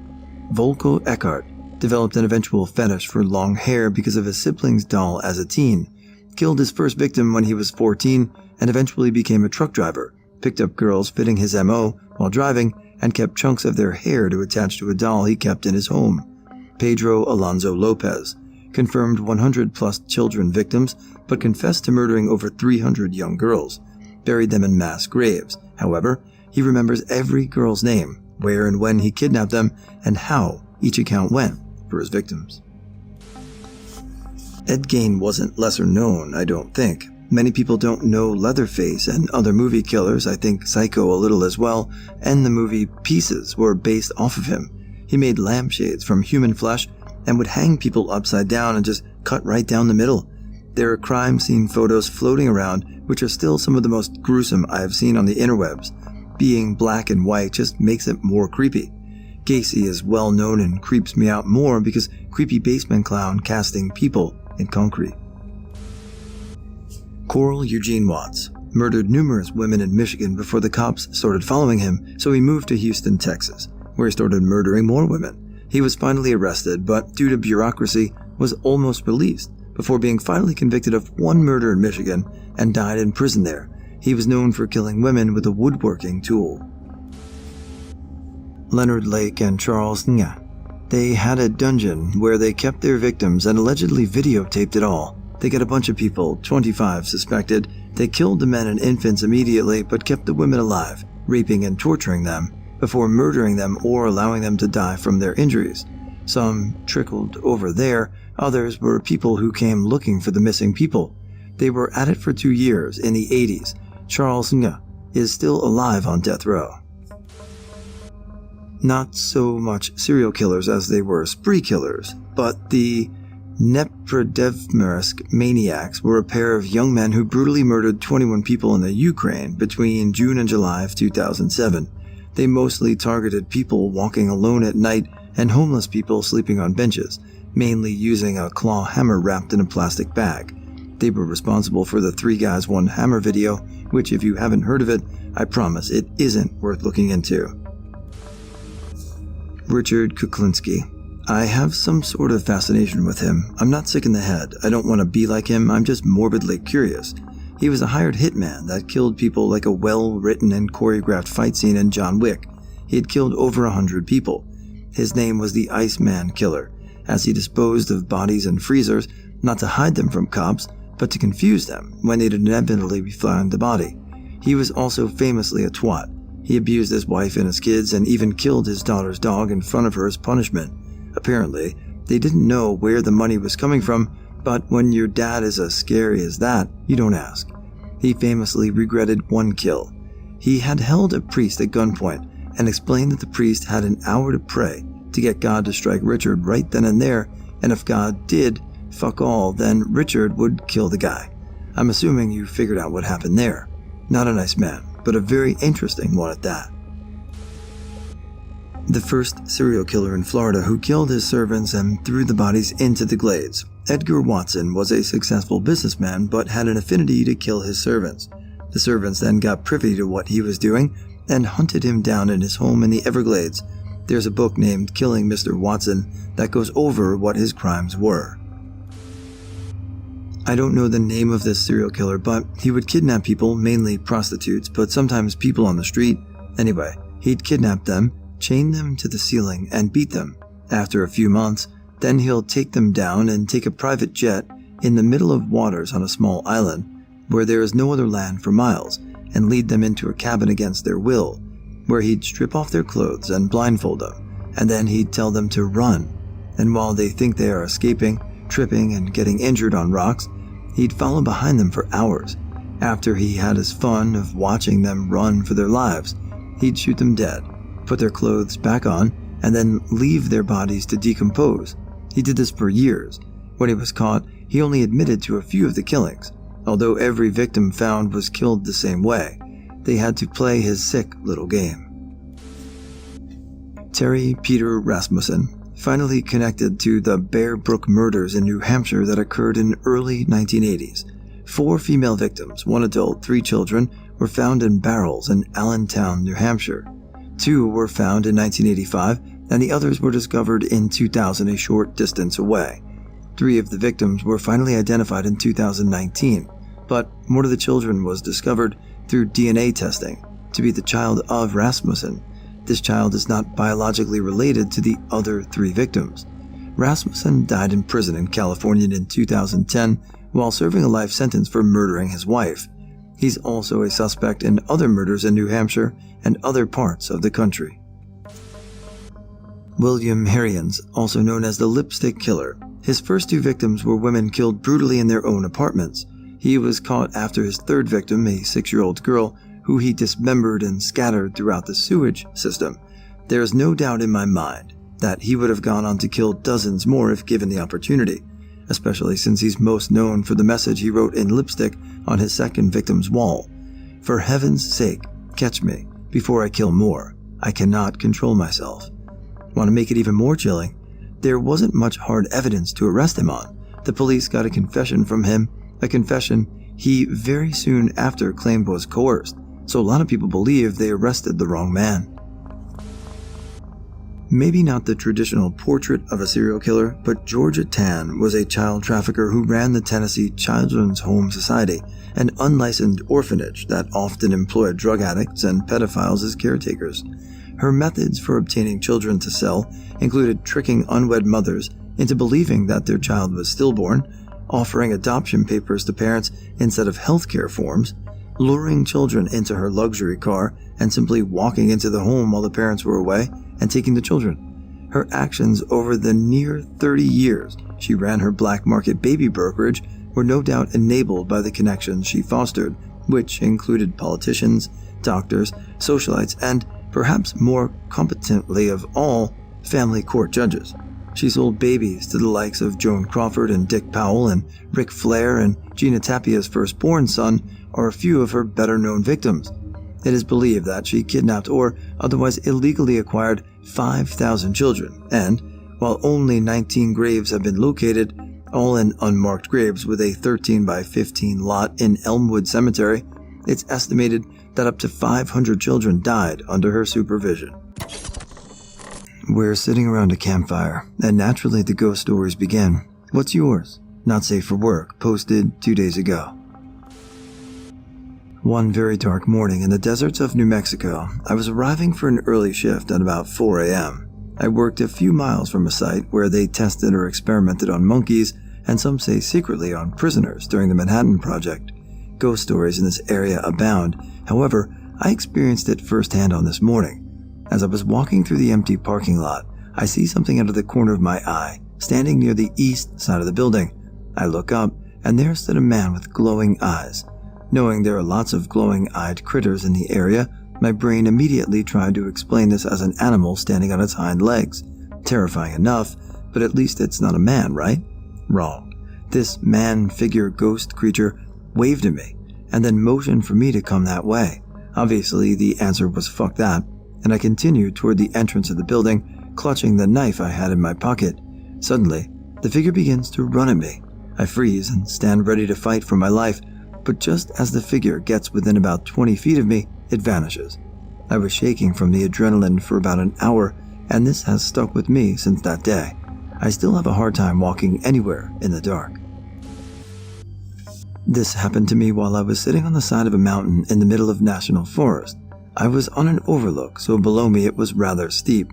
I have no explanation for this, but a rock the size of a football or watermelon flew through the air, coming in my general direction. It came from below me.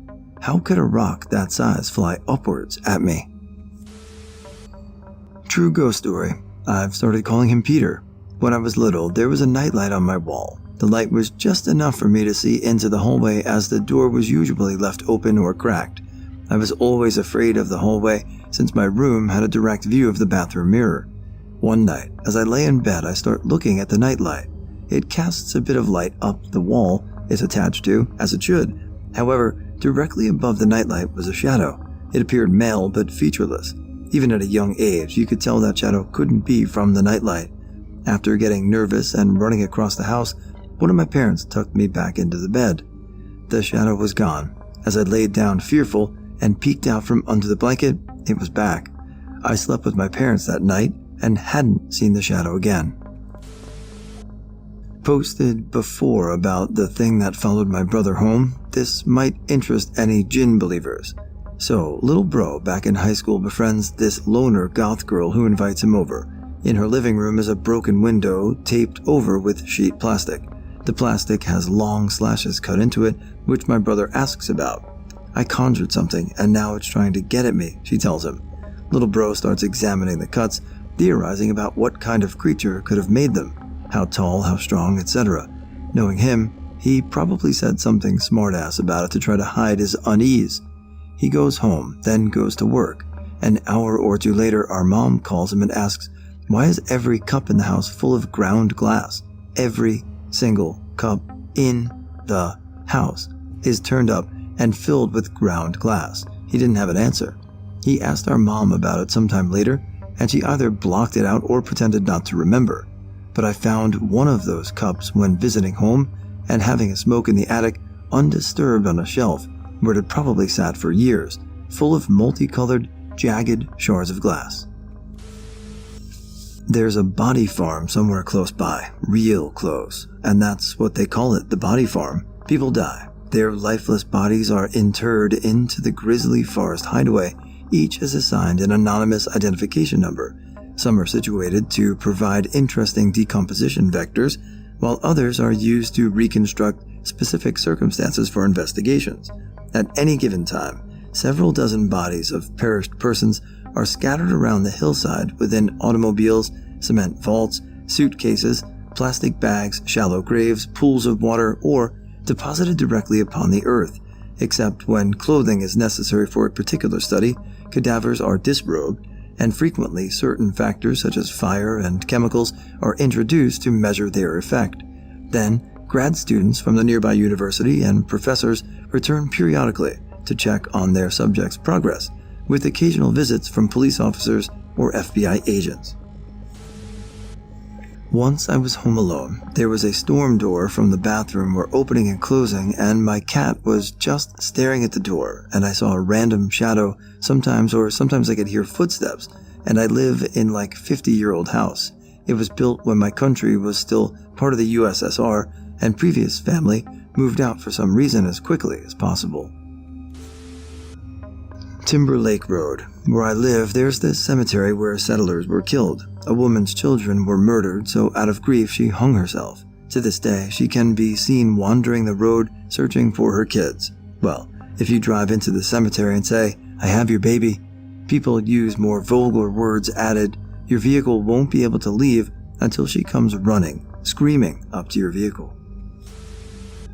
Up in Toyabe, north of Yosemite, I was backpacking once and found a staircase.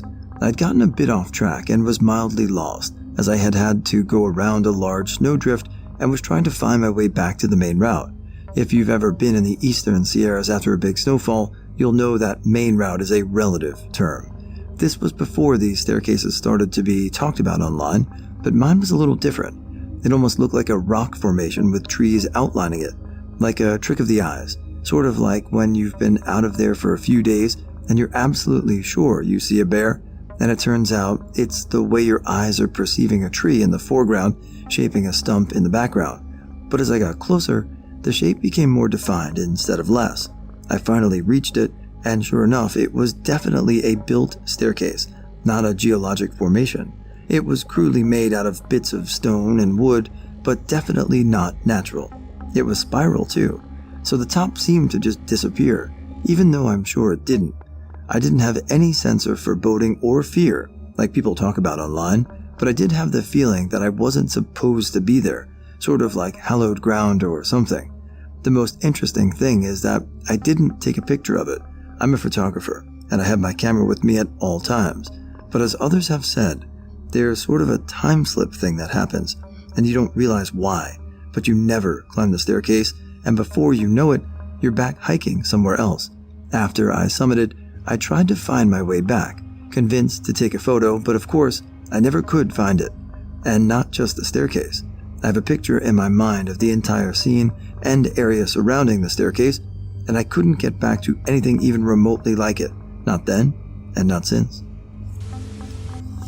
I'm a person who spent a lot of my youth ghost hunting. I tried so very hard to find evidence of ghosts, and all my visits to haunted places earned me almost nothing at all. Only twice have I experienced things I couldn't explain. This is one of them. My two friends and I took a road trip after high school ended, staying in a haunted bed and breakfast at the first stop. I believe it was our second night there that we went downstairs late in the evening once everyone else was in bed and started poking around and taking photos, looking for ghosts or anything spooky or anomalous. We were in the front room when suddenly we heard the doorknob turn. We all froze, thinking someone was coming in late and would catch us messing around. The doorknob rattled and turned but didn't open. Now our thoughts had turned from ghosts, thinking that some stranger had come to the door and tried to get inside. A little frightened, we were relieved that the door was locked. We went up to bed more afraid of real people than ghosts. The next morning, as the three of us left the B&B, we paused at the front door. After opening the heavy wooden door, we were confronted with the heavy glass door that usually screeched and slammed as it was open or closed. None of us had realized until that moment that we hadn't heard it at all the night before. Only then did we realize that no one could have turned and rattled the knob without opening the glass door, at least no one from the outside. Strangely, we never talked about it afterwards, maybe a little too scared that we might have experienced something real. My dad and I were driving back from one of my hockey practices as a kid late at night. It was a cold, lonely 45-mile drive from the rink to my house through the untouched northern Michigan wilderness. We round a corner and a dog runs out of the ditch, and my dad tries to swerve but is not quick enough and we hit it. The dog was obviously deceased.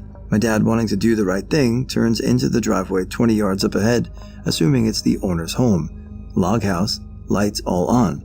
We go up the driveway. As we reach the house, every light turns off simultaneously. My dad gets spooked. Driveway is long, so he doesn't want to back down the entire thing in the snowy dark and decide to turn it around. As we get it facing the exit, I see two figures running from the front door of the house towards our vehicle. My dad notices it as well before I even have time to scream. He slams on the gas and nearly topples us into the ditch as we skid out back onto the highway. Looking back, I distinctly remember seeing not two but four figures standing halfway up the driveway. The other thing I noticed that we didn't see when driving up to the house, a realtor sign. The house was up for sale and should have been empty. My grandfather once was walking through Baghdad in the 60s. As he was walking, he caught view of a Sufi order, and as they were dancing with prayer, a man gave another a dagger larger than any knife my father has ever seen and stabbed himself afterwards. He continued to dance and pray with the others.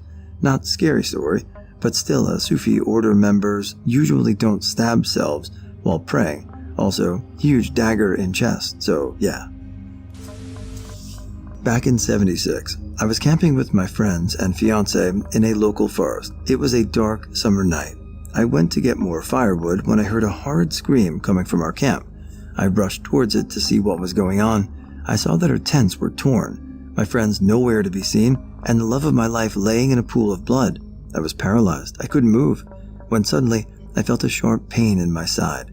I turned around and saw him, a tall, dark figure in a work uniform. It was dark. I couldn't see his face, but I saw a horrid image I'll never forget. His empty eye socket stuffed with cotton. He tore the knife from my bleeding stomach and threw me on the ground. In the dying light of the campfire, I saw the name tag on his clothes saying Joe. Before he could finish me off, the sound of approaching sirens scared him off.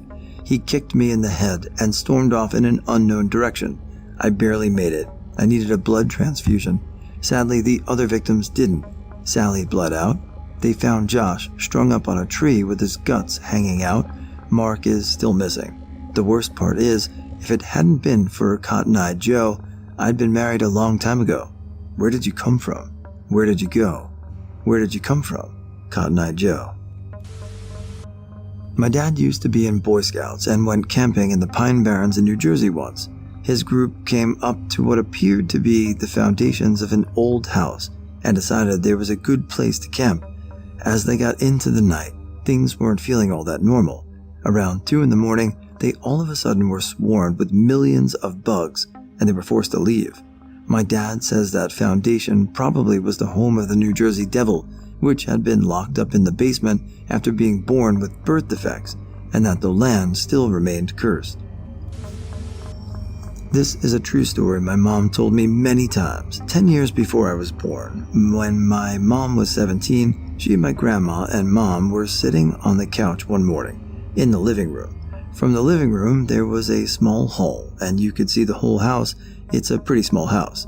My uncle and my grandpa were away visiting family in Mexico. My grandma, who was tired from just having my youngest aunt, stayed home with the rest of the family.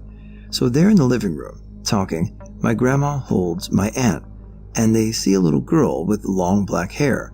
My mom feels something is off as this girl appeared from nowhere and ran into my grandparents' room.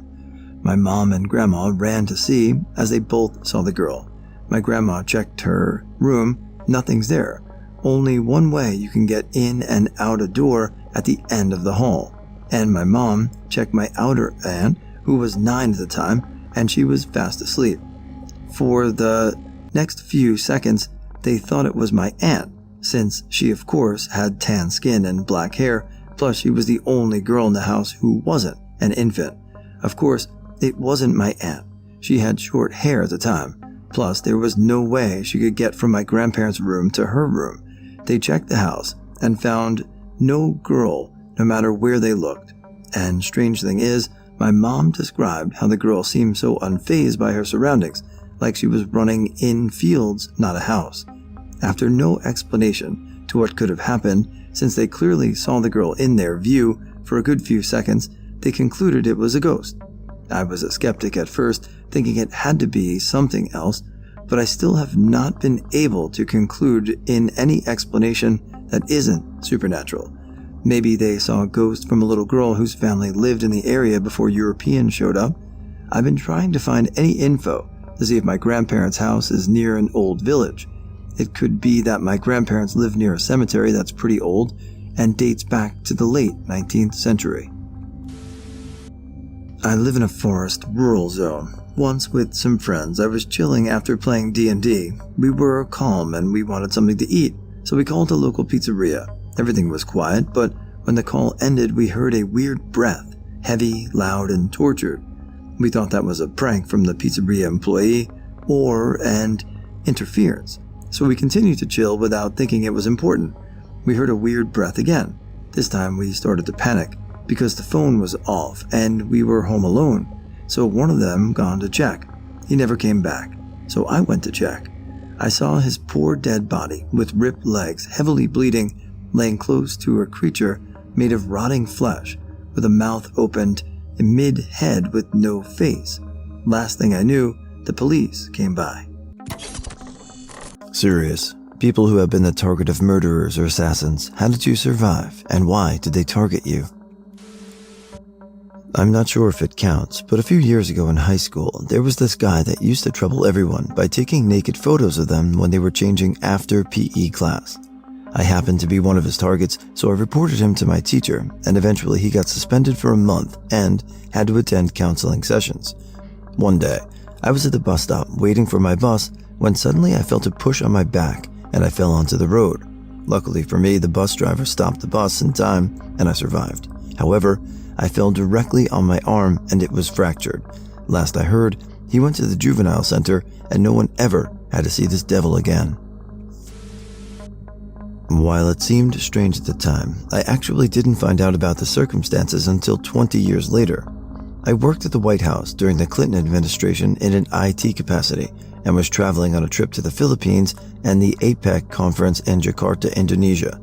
We had flown into Manila late and hopped on the bus to the hotel with the staff motorcade. Everyone was pretty awake, and we were all BSing on the ride to the hotel. About 45 minutes into the ride, I look out the window of the bus, and we're on a narrow road lined by corrugated tin shacks. It really seemed strange at the time, since why would the road from the airport to the nice hotels in Manila have to go through this neighborhood? We eventually arrived at the hotel, and it was quickly forgotten. 20 years later, I'm watching a series on the History Channel about the United States Secret Service. This one episode was about how the Secret Service coordinates with intelligence agencies and talked about on a Clinton trip to Manila where they overheard Al-Qaeda was talking about a wedding cake under the bridge. Wedding cake was a known code word for a bomb. Clinton was diverted to an alternate route and undoubtedly got to the hotel a lot quicker than we did. It turns out there was indeed a bomb under the bridge on the route to the hotel. I was obviously not the target, but it was crazy, and many of us could have been collateral damage. They missed. That's about the only reason. It was a random act of violence. A man ran up behind me, put a gun to my head, and shot. He flinched, or I did, and he missed by an inch, blew out my left eardrum, and burned my hair behind my ear. He ran off immediately after. Cops said it was probably a gang initiation thing. I have deafening tinnitus now and horrible anxiety in public. I was a happy enough child. A few years ago, I was visiting home and saw the autobiography of a local murderer on my mom's table. She's not one to read those types of books, so I asked about it. Turns out that when I was younger, she and her partner responded to a call and found a body behind a dumpster. She had to testify in court, eventually putting that man behind bars. Shortly after, she began receiving threats, mainly directed at me. Every time she got a threat, we moved, making her feel safe until the next letter mysteriously showed up. As far as I know, nothing ever came of the threats, but I also didn't even know they were happening, so I may have just been young and naive. No way to prove it, but had all the lug nuts on my trunk front passenger rim loosened, which caused death wobble so bad I almost crashed in the fast lane of the freeway. Luckily, the rim stayed on. I'd ghosted this one guy, and part of me suspects he came and loosened my lug nuts in retaliation. My boss discovered it being the nice guy he was. About a year ago, I was walking my dog at night when I saw this really beat-up old Honda Civic pull up on the other side of the road. I noticed that two similar cars positioned themselves on the roads perpendicular to me, both behind and in front of me. I was boxed in. This kid no older than 19 gets out with two other people, and the kid reaches for a gun in his waistband and makes a beeline towards me. A random car passes and they all scatter. Once the car is gone, they come back and try to do the same thing, but another random car passes again and they take off. I made the quarter-mile run home in about 2 minutes. My guess is I was the victim of a gang initiation and they ran away when witnesses saw. I've posted about this before. I was in a really bad abusive relationship. He had many mental issues along with diabetes. This doesn't excuse any of it, as he was aware of what his body was doing and he never got help, but it's important to know it didn't exactly come out of the blue. One night, he seemed bored and started trying to stick his feet in my face. I pushed them away disgusted, and he exploded. It was a whole lot of action. He started by trying to choke me. I freed myself by grabbing a cat brush, the kind with sharp metal points, and pushing it into his chest. He let me go, but pushed me to the ground and lifted his airsoft rifle and drove it to my head like he was trying to cave in my skull. At the last moment, he hesitated. I ran out of the apartment and called the cops. It didn't occur to me until later when I was with a public defender documenting my injuries that he'd really wanted to kill me. I had bruising so deep they were black in color. In places I don't even remember him hitting me. He really would have if something in him hadn't hesitated. I was almost murdered. If it wasn't for my manager, I would have been. My sister set me up on a date with her friend. I ended up having to work the weekend, so I canceled. The date went out with someone else and afterwards invited him to her apartment. Right before they went inside, someone killed them both with a gun. It turned out to be a jealous neighbor of the girl who she also was messing with. That could have been me if I went on the date and she decided to let me in for tea. My ex-boyfriend hired some guy from Chicago to murder me after I broke up with him for selling drugs to my younger sister. Fortunately, my ex and I both had mutual friends who found out and had more pull with the attempted assassin. Both were Polish immigrants.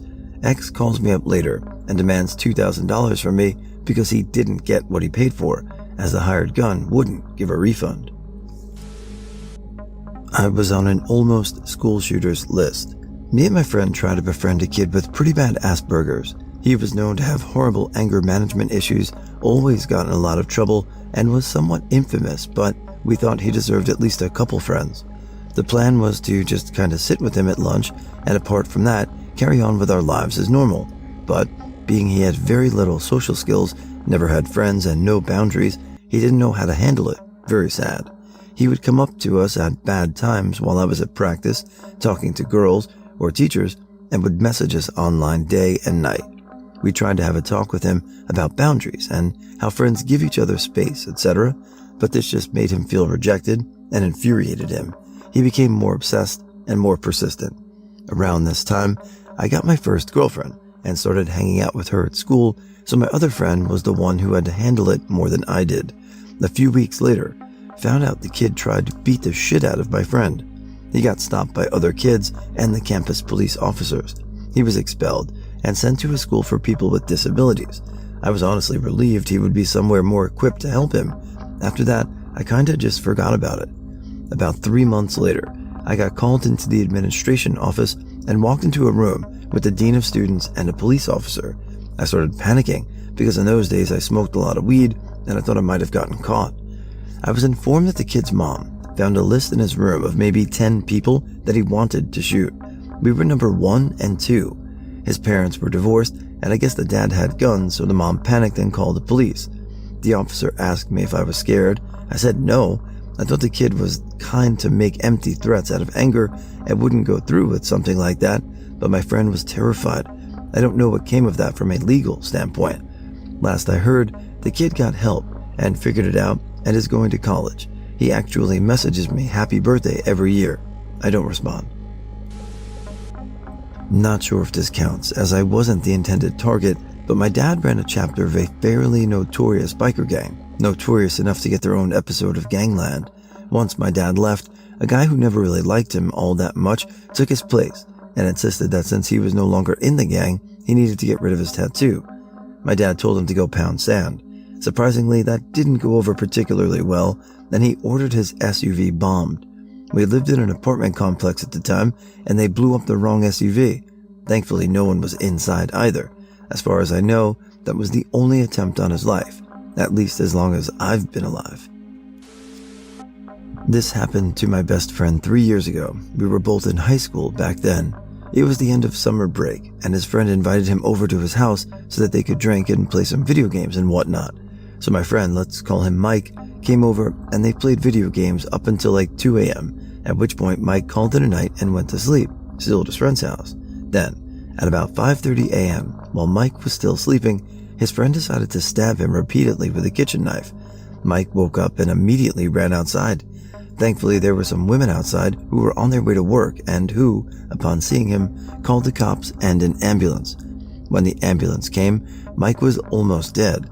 The doctors apparently told him that his blood pressure was 40/20 mmHg when they found him, though I'm not sure if that's true.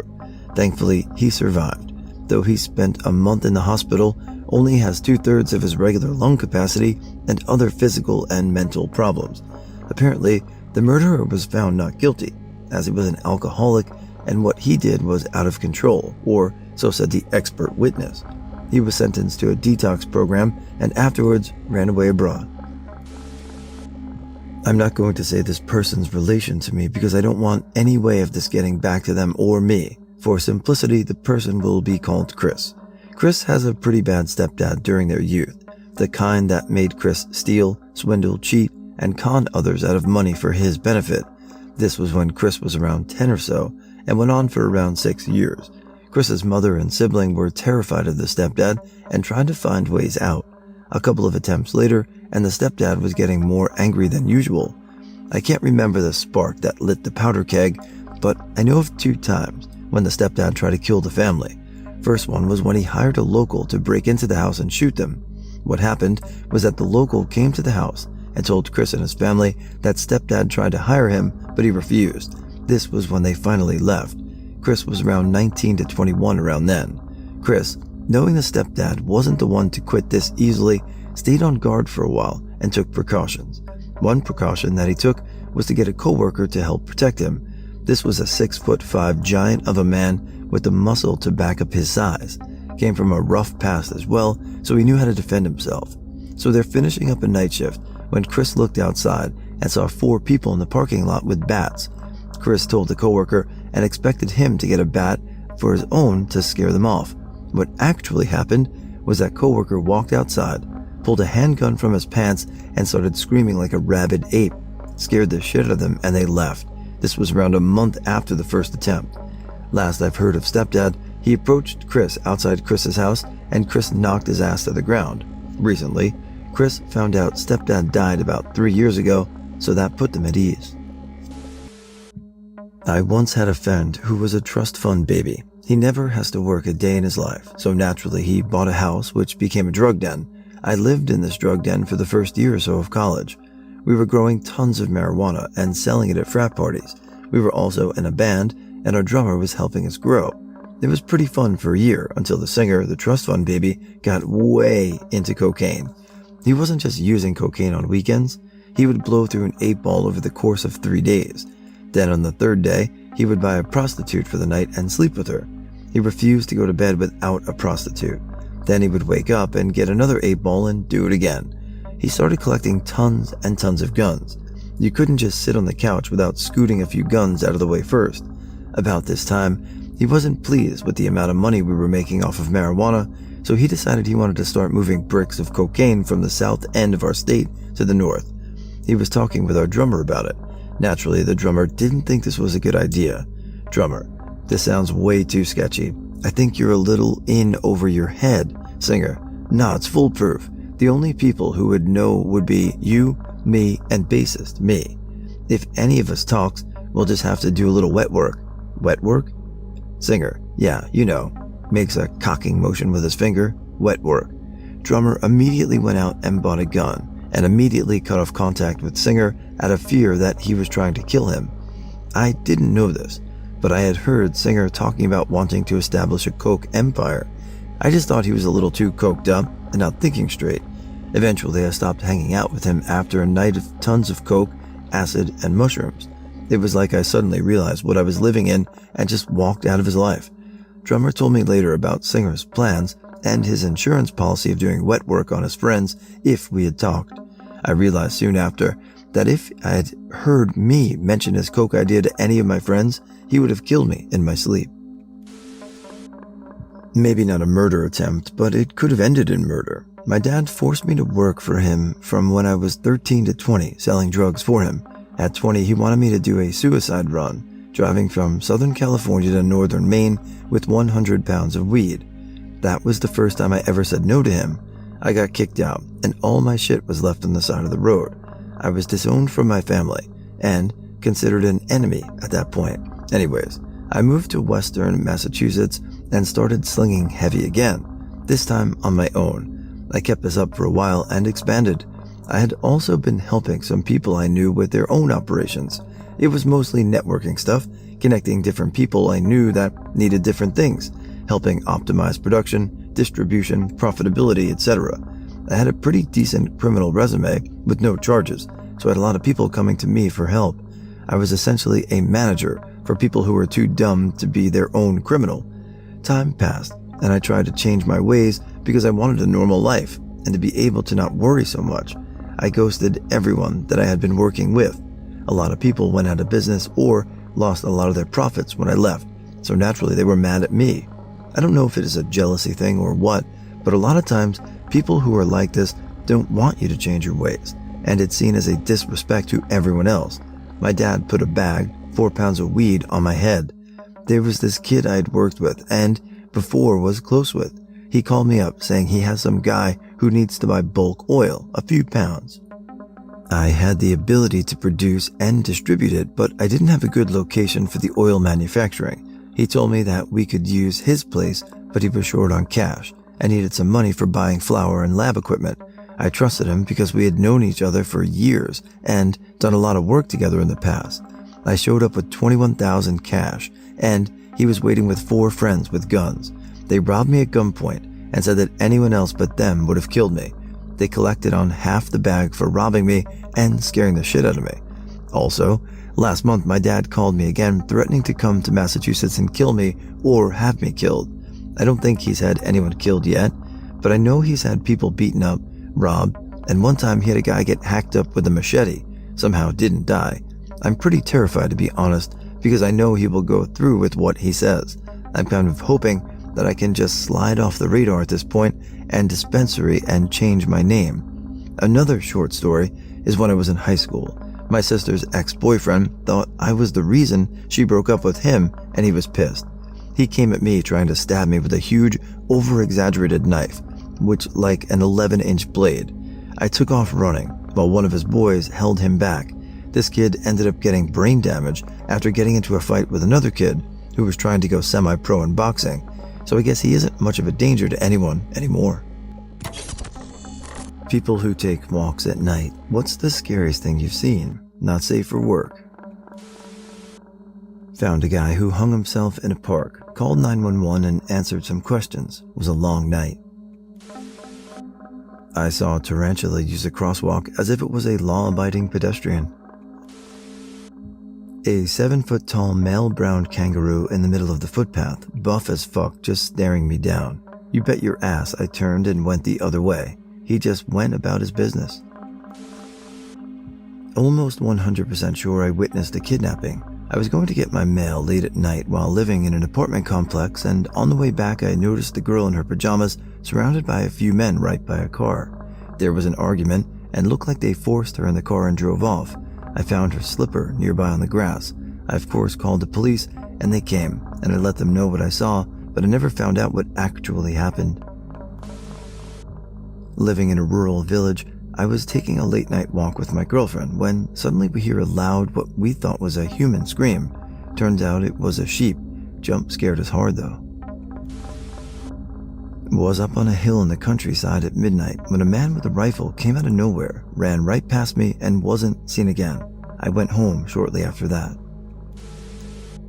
I live out in the country, more woods and fields around me than houses. There are several dirt paths through the woods that farmers use for their tractors, and all during the day. I like to run on these paths because it's usually quiet and no traffic, unlike the road. During the hottest part of the summer, I run at night because it's cooler outside. So, one night it had rained during the day, so all the tracks on the path were gone. I was out running around midnight.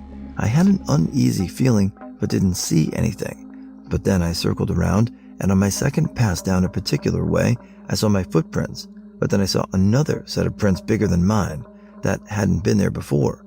Then I saw that made that turn the same way I had earlier. I cut it short that night. Never saw anyone, but still. I live in Tucson, Arizona, outside of city limits. The houses are set very far apart, and the land is undeveloped, cacti, brush, trees, with a beautiful view of the mountains. I'd walk my dog Pork Chop in a 2.5-mile square, and the middle was especially undeveloped. We'd often see wildlife like coyotes and javelina. Pork Chop was 70 pounds, so I didn't feel unsafe. Coyotes aren't dangerous to humans. On this night, I waited until midnight to walk Pork Chop. There aren't streetlights in my neighborhood. I didn't take my phone because you could see okay with the moonlight. When I turned down this road, along the most undeveloped portion, I froze. About 30 feet in front of me, I see something walking towards me in the shadows. It looked big. Were my eyes playing tricks on me?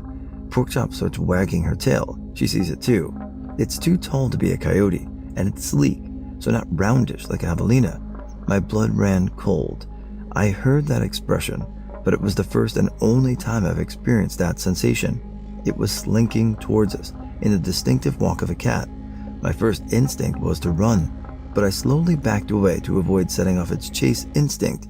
It was terrifying. I didn't know what I was seeing, other than it looked really big. I felt so vulnerable. I didn't have my phone. There aren't any houses to run to. It was super late. A few days later, another dog walker told me a mountain lion had been spotted in that area. Read up on them. They can get up to 220 pounds, and you're not supposed to run because that sets off their chase instinct. Usually, they stalk their prey and attack the back of their necks. If they show themselves to you, they're trying to decide if you're too big to attack. I never walked down that road again. I'm still terrified thinking about it. I hate seeing videos or pictures of them. Within a year of my encounter, 2 mountain bikers were attacked by a mountain lion in Washington state. One was killed. So scary.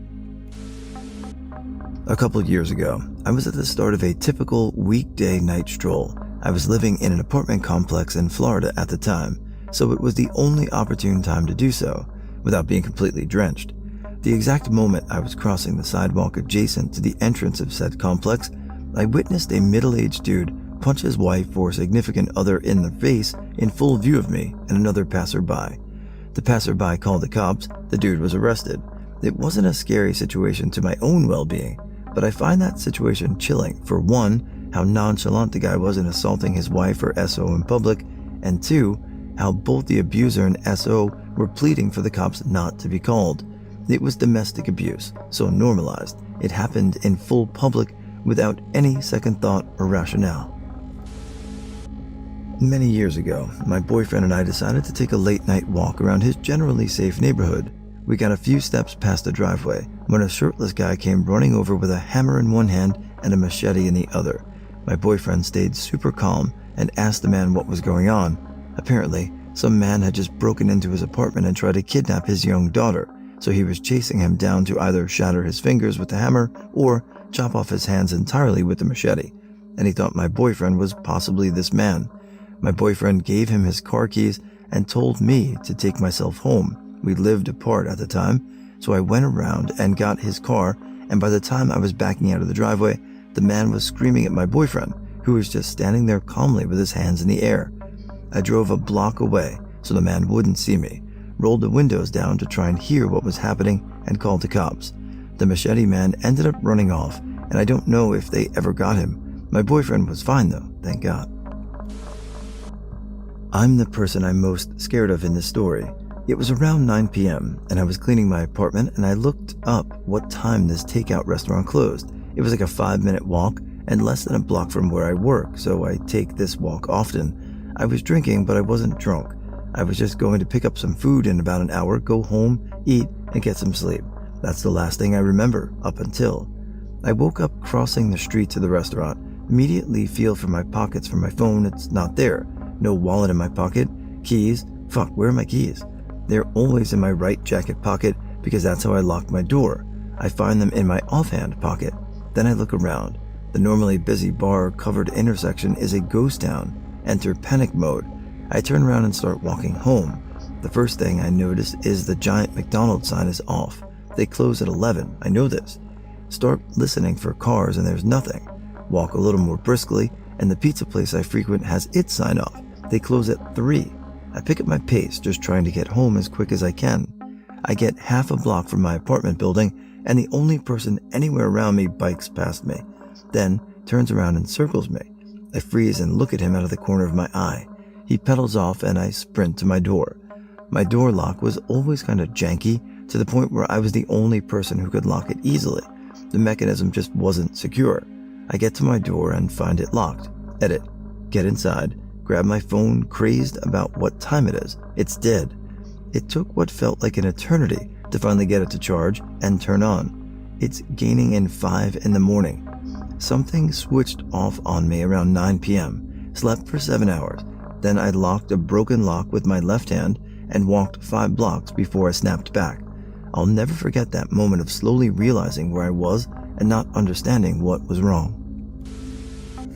I live in a country town, and I'm male, so I feel reasonably safe taking a nighttime or early morning before sunrise walk.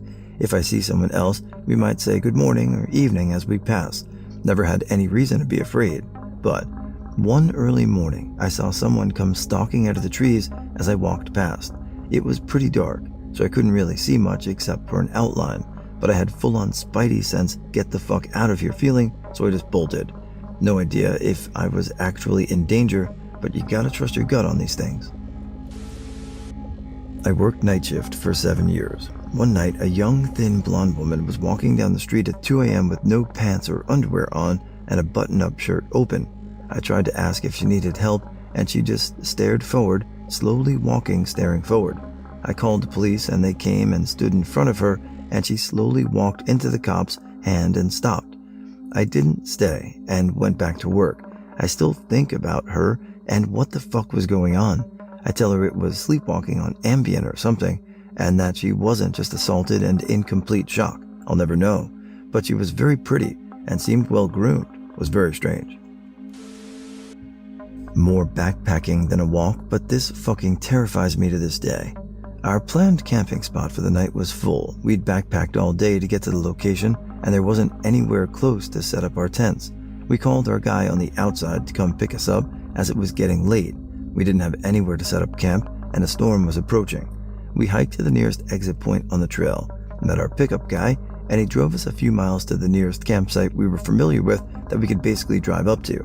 Long logging path pretty deep in the mountains that we had hiked in the previous years, so we were kind of familiar with the area. Anyways, we hop out of the van, and it's pitch black out, no moon. It's April in the mountains, and it's still pretty chilly. We're cold, hungry, and exhausted.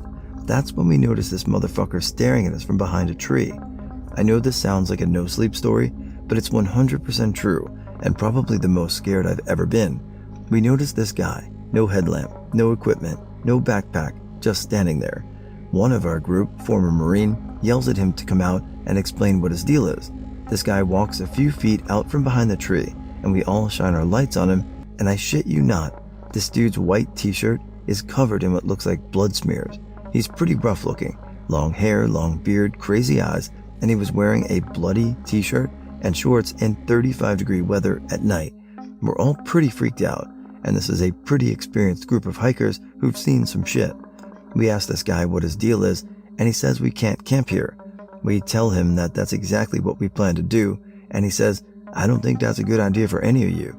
We kind of turn to discuss as a group, and when we look back, he's hidden behind the trees. As a group, we basically decided none of us were getting any sleep that night if we stayed here, so we packed up the van and left. As we were pulling out, this guy pulled out one of those red filtered flashlights and ran after our van. I'm not kidding. He followed us for at least a quarter mile on foot. He was fast as fuck. We passed a park ranger on the road and flagged him down to tell him how weird that dude was acting, and he said he'd go investigate. I didn't hear anything about it again for 5 years. For the longest time, I thought he was probably some pot farmer who had a nearby plot, or a moonshiner who was just living in the woods and didn't want us near his still. People hunt all the time out there, which would maybe explain the blood a little bit. But I was recently at an event with some of those guys again for the first time in years, and that creepy dude from the woods got brought up. One of them, who still lives nearby, broke out his phone and said, I forgot to tell you guys, I saw him again. Pulls up a news article, and there he was. So obviously the same guy. He'd been arrested for murdering some poor girl on the trail.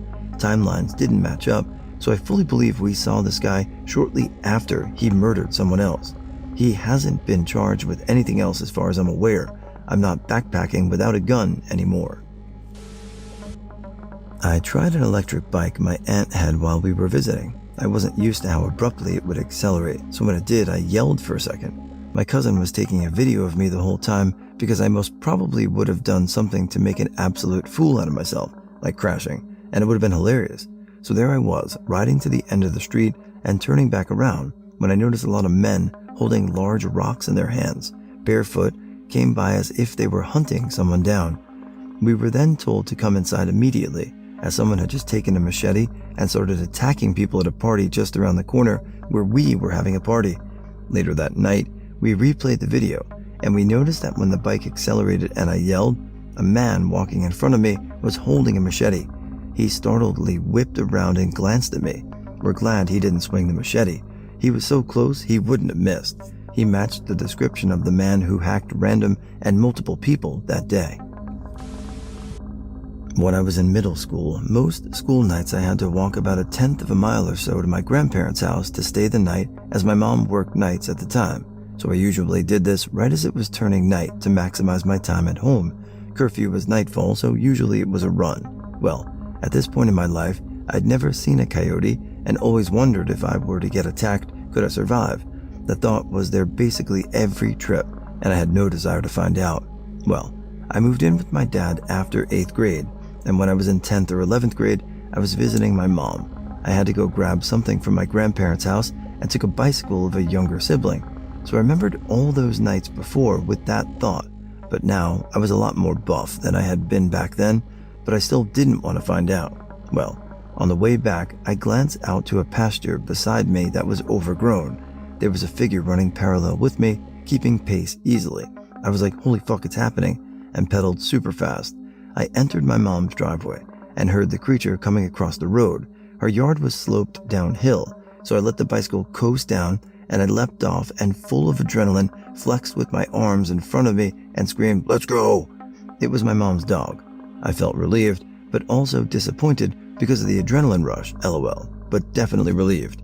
Found out later, coyotes are tiny anyway, not that I'd want to fight one.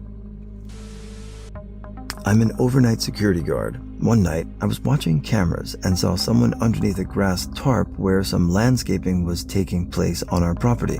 I was guessing this person had probably tried to stash something before they went into detox, which is next door to our property. I get over to the tarp and don't see the guy anywhere, so I start walking over the tarp and lifting it to look for any stashed items. Well, I ended up stepping on the poor homeless guy, scared the shit out of me. He was cool though, and we fist bumped and he went on his way. I was walking around Bangalore, India at night by myself. I was a 20-year-old American girl on study abroad. All of a sudden, I saw a giant rat climb out from a sewer. It was bigger than I knew rats could even be. Bigger than the biggest rat depicted in movies or books. It was about the size of a small dog. I was shook. Then, out from the same sewer grate, another gigantic rat, and another, and another.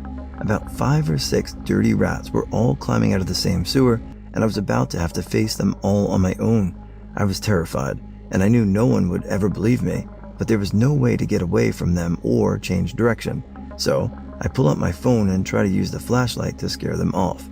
I direct the light at them, and every single one of them looked right at me. They're dark and dirty, and now they were running directly at me. But wait, I was wrong. Puppies.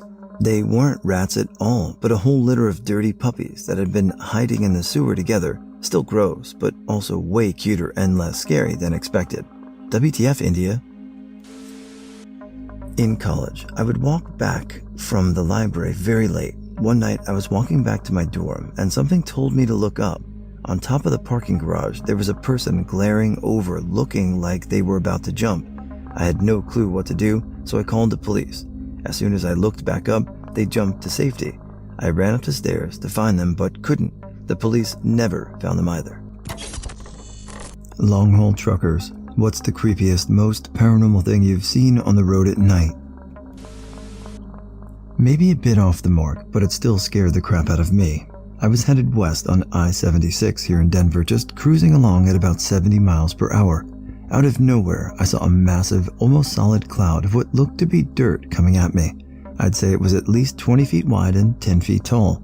I scanned ahead of me, but couldn't see any vehicle it could have come from.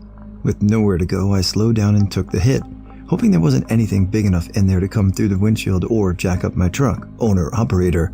It was pretty loud as I smashed through it. The instant it hit, I knew it wasn't dirt though. I immediately hit the washers because I couldn't see a damn thing through all of the carnage. My windshield was painted with guts. Turns out it was bees. Freaking huge bees that sounded like rocks when they hit. I can't even imagine seeing that swarm if I was walking. They would kill the crap out of anything in their path. I was driving near Las Vegas at around 3 a.m. I had been following a few black SUVs along the highway for a good hour or so. They had Nevada plates that were single-digit numbers in order 1, 2, 3. Suddenly, they all pulled off the highway down a dirt path. There was no mile marker or cactus that would indicate a path there. It was just dirt. After pulling off the road, they all turned their lights off. I didn't stick around. It was creepy. Well, I'm not a trucker, but a motorcyclist, which kinda makes it even more spooky. Drove home from my girlfriend's house, just a 20-minute ride, but it was 3 a.m. and the road goes through a forest without any streetlights. So I ride through the forest, already giving everything my little 50 CCM dirt bike had in it back then, and suddenly on the side of the road, a fucking naked mannequin is standing. I saw it appear in my headlights and drove by it only doing like 60 km/h. It was scary as hell. A fucking mannequin, standing there naked on the side of a dark road in a forest at 3 a.m. in the morning. Damn, I still get the shivers. I picked up a hitchhiker in my small Nissan Versa sedan, and we were driving down the freeway. There was a big vehicle in front of me, so I couldn't see what was in front of that when all of a sudden the other guy starts yelling, "Tire! Tire!" and pointing ahead of us. I slammed on my brakes just in time to see the SUV in front of us swerve too late as the car in front of it swerved as this massive tire that was rolling down the freeway demolished the front end of the vehicle in front of me, and bounded high into the air, coming down in front of my car, where the steel band broke and stopped rolling. If I hadn't slammed on the brakes, it probably would have come down on top of me. He got out at the next gas station. I don't remember his name, but I think he saved my life that day. A good friend of mine told me this story years ago. He is the stereotypical old big bad trucker. I've seen some weird stuff with him while driving in South Texas along the border. He never batted an eye. But while telling me this story, he had goosebumps and a concerned expression, which from this guy is about the equivalent of a trembling lip and shit-stained pants. I'll tell the story in the first person as he told it to me. Years ago, in the late 90s, I was on my way home from the house, Central Texas, heading to Laredo to pick up a load. It was early morning, around 4 or 5. I had just come off a string of days at home, so I knew I wasn't tired. I'm one of those 2-lane winding roads in the absolute middle of bumfuck nowhere when I see something on the side of the road at the edge of my high beams. At first, I just thought it was roadkill, as is usually the case. As I get closer, I see that it is roadkill and there's someone crouching over the deer carcass. I remember thinking either this guy's taking the antlers as a trophy or he's fucking sick. As I got closer still, I can now see that this guy's eating the fucking deer. He's pulling chunks of meat from the stomach and bringing them up to his face. At this point, he stops mid-motion and looks up at me. Not at my truck, but at me. He, or it, stands up, and that's when I see that it's fucking huge, brown, and covered in hair. I remember thinking at this point, oh fuck, this thing is standing on a tiny shoulder looking at me. By this point, maybe 3 seconds have passed, and I'm about to point in the road he's standing at. I didn't even think of stopping. In fact, I'm starting to lay on it and get the hell out of there. As I'm passing it, it's looking at me again, not at the truck. It's looking through the driver's side windshield at me. He obviously has the intelligence to know that there's a driver in here and knows where I'm sitting. As I start to pass him, I can still see its head above the hood of an old needle-nose Pete. Old truck design, where the hood goes straight out from the windshield, known for being tall and difficult to see around. This thing is fucking giant. I remember seeing what looked like human intelligence in its eyes. It scares the shit out of me. Sorry for the wall of text. It's a story worth sharing though. TL, DR, Bigfoot eating a deer on the side of a road? My dad is a truck driver, and about 13 to 15 years ago, while resting at the side of the road, he woke up in the morning seeing that his entire trailer was robbed empty. My dad's a heavy sleeper, but his cargo could not have been stolen without at least a forklift, and everyone would have woken up by a forklift unloading a trailer. My dad suspects the robbers used a pump to get some kind of chloroform into his cabin to make sure he couldn't wake up. My great-uncle was a long-haul trucker, and he swears that one time he was driving down the road to see 2 guys pull up a rolled carpet out of the trunk of their car and throw it in the river. Whether that's true or not, I don't know, but it's still creepy nonetheless. Okay, so here's a spook for you, and to this day I still have no idea WTF. So I was in the Virginia, Maryland area, and had a lot of work-related sites ranging from downtown Baltimore to Virginia Beach and all around. Friday wrapped up, and I hit the road to some social arrangements I had made for the weekend. Spent the weekend with friends out in various ports of Virginia, got dragged off to other places even further out, the usual weekend fun times. It's late Sunday night when I have to leave, or I'm not going to be able to get home in time to start my thankfully late afternoon Monday. I'm fully rested, I didn't do any drinking, I'm not into drugs. On the highway at about 3 a.m. in the middle of bumfuck nowhere between Roanoke and DC, absolutely nobody around. I'm cruising along in the left lane simply because nobody else is around. No headlights for the past hour, no taillights either, no road lamps either. It's dark, it's mildly damp, it's foggy. I have the music up, I'm feeling good, all is fine. And then, I just happen to look to the left, and there's a fucking dog barking at me, a German Shepherd, in a car passenger seat. Somewhat blue glow from the instruments inside the car, and it's got its face to its window and it's barking its head off at me. I get a good hard look at it too, because at first my brain is not registering cop car, dummy. I'm doing 90 plus in a 75. I promptly have the oh shit moment when the dog, the instruments, the white Crown Vic, and light bar all click in my brain after a second hard look. I put my foot on the brakes and start slowing down hard but safe to pull over. I even put my blinker on to start shifting lanes over to the right to pull over because, wait, there's no shoulder on the left side of this road. I look back to my left where there is still no shoulder room for another car, and it's just gone. No trace. I slammed my brakes and stopped in the middle of the fucking highway, flipped on all my light bars, and even looked around with my headlamp spot. There was nothing. No taillights, no headlights, no engine sounds, nothing. There are no other tire marks in the damp but mine, and I can see for a nice long distance both ways too. Nothing. My vehicle had great visibility and a lot of extra lighting, off-road SUV with the trimmings. There is no possible way somebody pulled a sneaky, let alone drove that fast on wet, sloped grass and rocks on my left side. So yep, there you have it. Ghost cop and his dog didn't like me speeding apparently. My dad has several stories from hauling logs in Idaho and driving trucks through Utah and Nevada. My favorite is from actually just in his pickup going through Utah. He said there was a light keeping pace with him out in the desert on a moonless night. It kept pace for a minute before it disappeared and his truck turned off. He stopped and turned it on and pulled off at the next diner. The folks in the diner called it a common occurrence. The creepiest is when he was hauling logs in Idaho and was coming down from near Coeur d'Alene area during a snowy winter night. He was putting on chains before heading down steep grade and said all the hair stood up on his body. It felt like there was something watching him. Halfway down the switchbacks, he saw a large figure standing on a 20-foot tall embankment. As he got closer, it jumped down and the shoulders were as tall as the cab. In a single bound, it leaped down and then leaped over to the other side of the embankment. At the time, he thought it was a Sasquatch.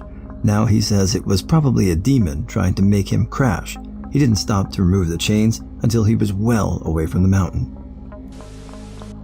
Creepiest. Driving I-40, I-30 through Texas and Arkansas, I would see what looked like animals or faces popping out of the bushes, but longer than a glance proved nothing there. They had just paved the highway, and there was hardly any traffic. I was dead tired, it was super dark.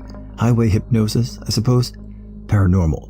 When I went to local driving, my route ran near an air reserve base in Indiana, so you'd see planes and helicopters pretty often. One night, about 2 a.m., I was headed to pick up another load when I saw a bright green light in the corner of my windshield. It was too low to be an aircraft. It moved pretty slowly, then darted, and I lost sight of it behind some trees I drove by.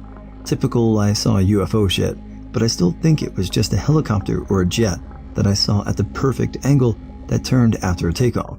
The jet pilots have broken the sound barrier over town a couple times in the past, sonic boom, so a jet flying abnormally isn't necessarily out of the realm of possibility. Just batshit crazy. Driving south on I-75 in the winter in Ohio, I witnessed a compact car like a Cobalt or similar get on the on-ramp to merge onto I-75 north and lost control.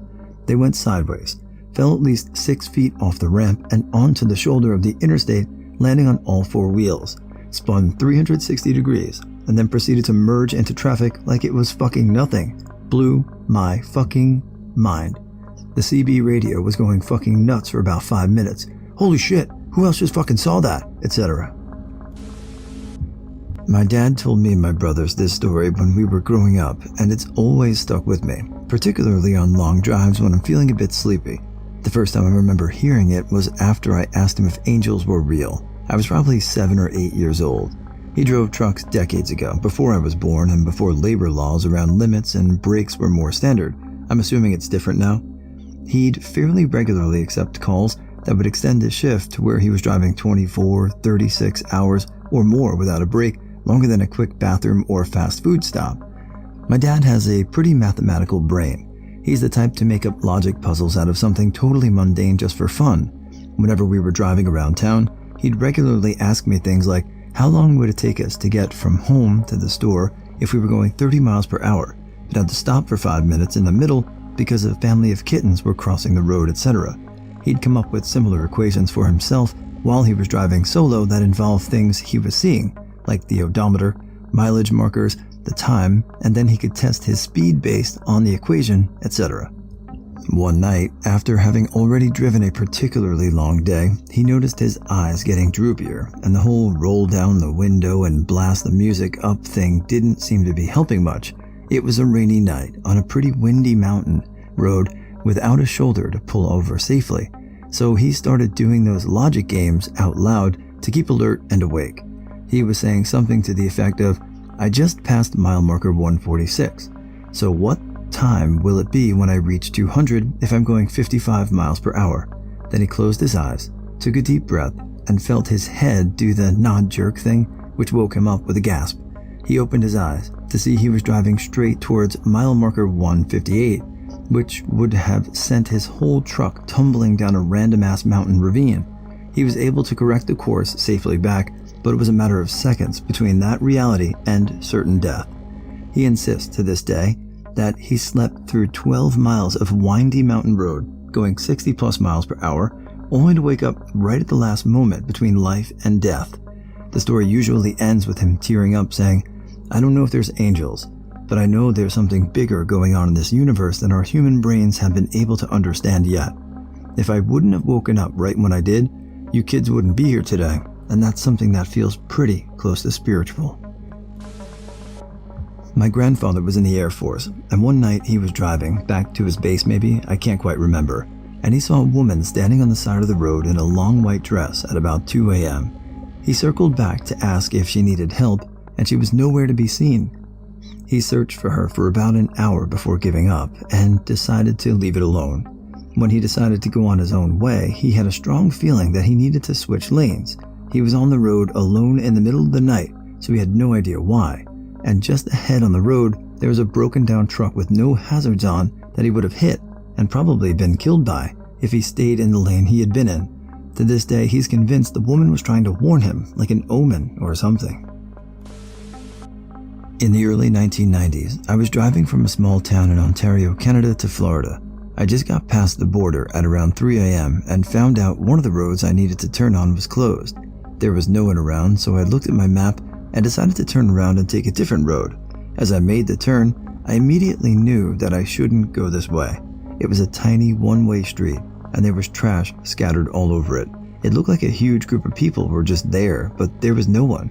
No streetlights, no other cars or houses or any reason for anyone to be out there. I was so creeped out that I turned around and went the correct way. This story isn't paranormal, but it is unusual. There was also a time where it was late at night again, and I was near Renfrew, Ontario, driving on an old, bumpy, twisty road. There was no one around. I looked to my left and I saw a face. It looked like a horse. I immediately stopped my car and noticed that there was a horse following me. After a few minutes, another car pulled up and they were looking for the horse. This one ended well with the farmer taking the horse back. It really freaked me out though. I'm a truck driver in the UK. I was driving through rural Scotland one night going down a country lane. All of a sudden, I start to see flashing lights come through the trees. Lights of all colors flashing through the trees and causing some really freaky looking shadows on the road. I'm not a believer of aliens or anything, but my first thought was UFOs. Safe to say I put my foot down and got out of there. Found out the next day it was a rave happening in a field, but at the time it didn't half scare me. Myself and two friends had to drive from Laredo, Texas to Baton Rouge, Louisiana one night in my Ford van. It was about 2 a.m. There is a particularly long and dark section of highway just outside Laredo. No buildings, towns, or lights for about 50 miles. I was in the right lane, coming up on a truck, and pulled out in the left passing lane. As I was slowly overtaking this long truck, my peripheral vision caught a sudden movement of this big truck towards the right shoulder. I saw the truck was swerving to avoid hitting a person dressed in all white face, whose arms were folded across the chest and eyes were closed as they walked across the highway. I swerved to the left and barely missed this ghostly looking person with my passenger mirror. Can still remember seeing that the eyes were closed. That's how close we came to hitting this person. When's the last time you were truly afraid, like a child in a dark room? Sleeping out in a forest with some friends, being kept awake by the sound of twigs snapping as something circled us out of sight. Hopefully just a fox, but still super scary. My friends and I try to take a midnight swim in the ocean every summer. We live on the West Coast. We were out pretty far, talking and looking at the stars when we heard this enormous splash about 10 feet away. My friend looked at us and just screamed, "Swim!" I never swam so fast in my life, and when you're trying to swim to get away from something, it feels like you're hardly moving at all. I looked back momentarily and saw something huge come out of the water, and another splash about 10 feet away. It was so dark, and I could barely make an outline. I just knew this thing was bigger than me. We made it to shore and just gazed out there. Didn't see or hear anything more, but I'm betting it was a sea lion. My most terrifying time in my life would have to be March 29, 2015, when my mom phoned me to tell me my dad had been in an accident. He was in the hospital, that they would be flying him to a bigger one. They lived 10 hours away, so I hopped in my car and started driving. She called me about an hour later to let me know he was gone.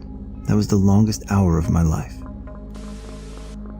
The last time I was truly afraid was almost exactly 4 years ago, during the April 27 tornado that destroyed a lot of my hometown, Tuscaloosa, Alabama. I remember being inside my closet while the whole house was shaking violently. Luckily, my house was fine, save 2 trees getting blown over in the backyard. Houses 1 block away were completely leveled. I was about 4 months pregnant. I woke up in the middle of the night covered from my crotch to my knees in bright red blood. I went to the bathroom and gushed blood and golf ball-sized clots into the toilet. I woke up my husband and told him that I had had a miscarriage. It was 2 in the morning on a Friday night, so we went to the ER.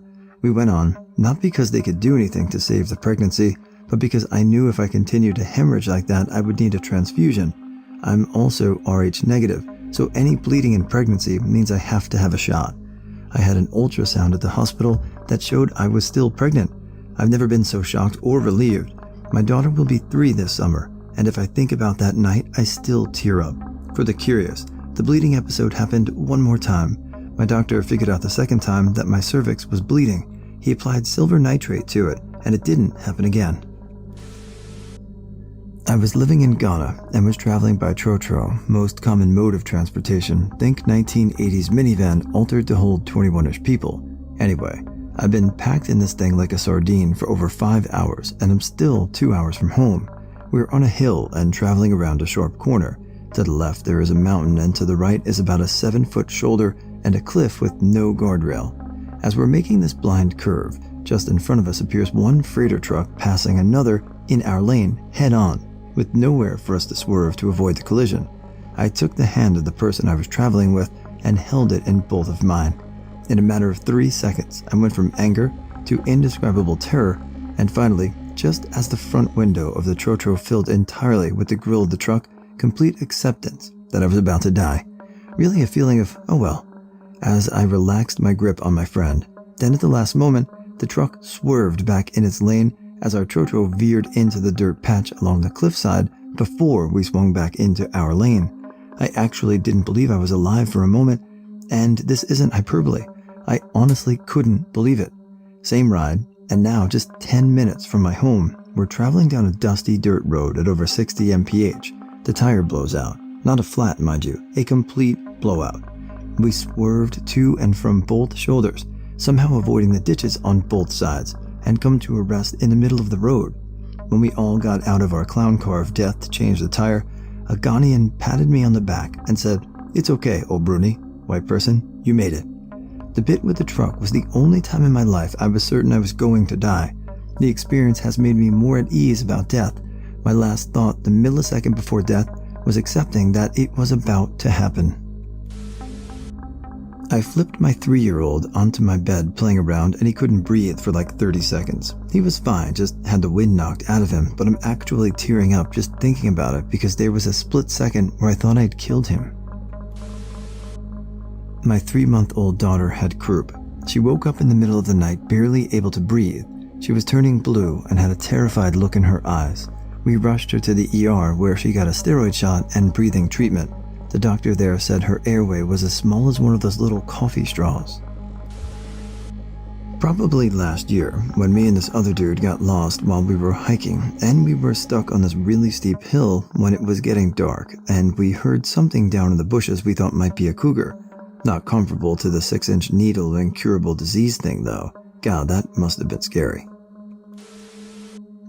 A few years ago, I was in a band who played a show in Jackson, Mississippi. It was about 3 a.m. and we were getting ready to head back home in the van. We stopped at a 24/7 gas station to get some gas, snacks, and use the bathroom.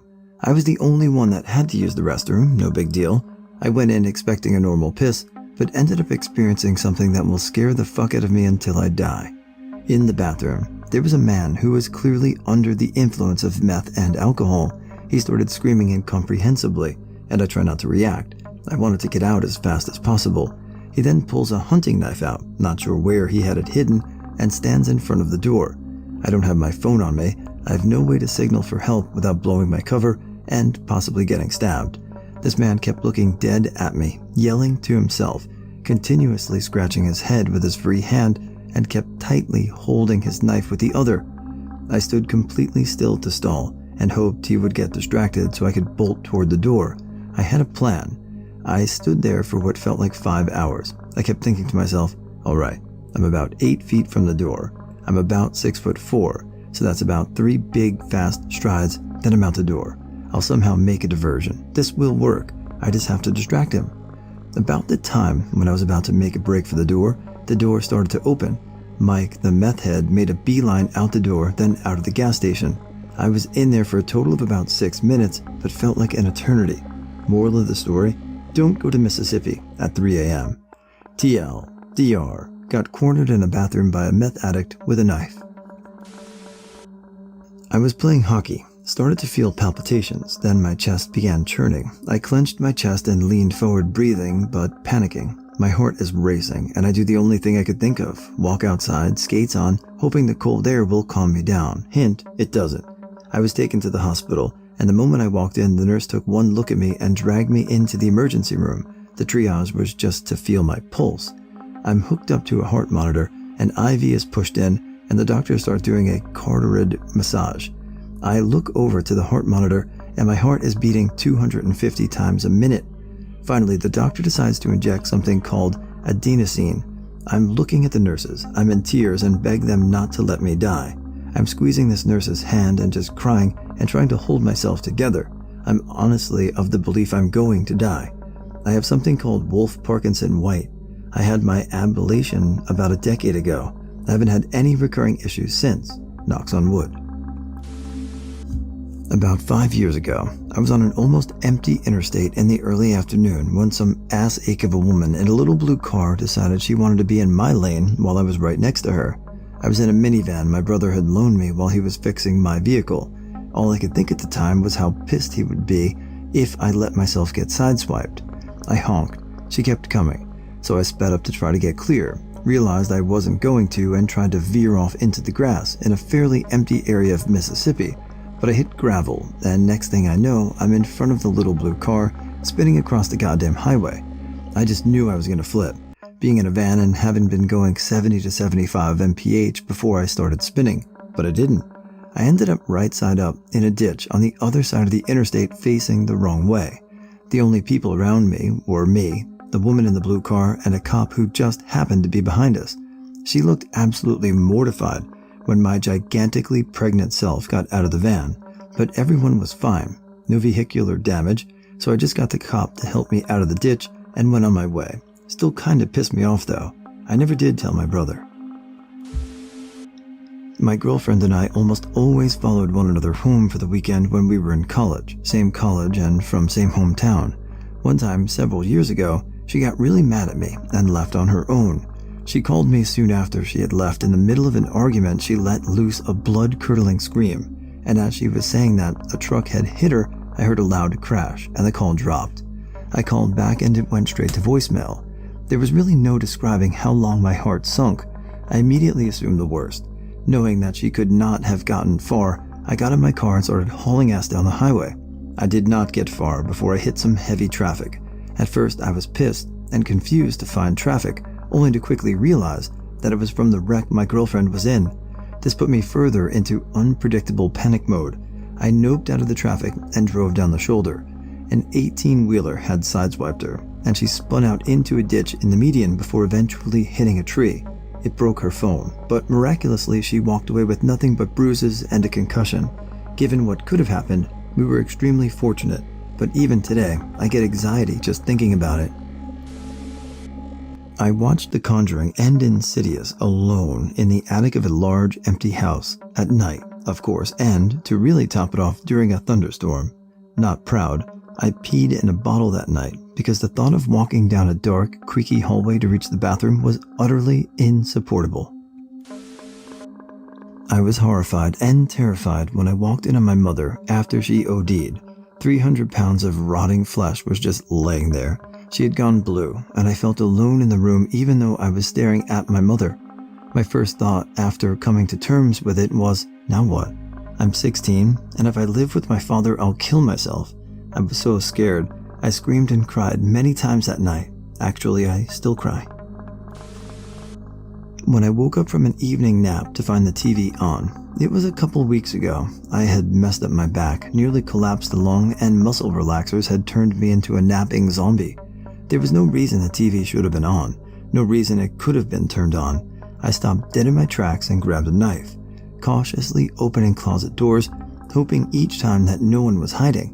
Knowing if someone was hiding, I was way too weak in my condition to defend myself. Hell, I'm 5'3" and 106 pounds. I didn't even stand a chance before the injury.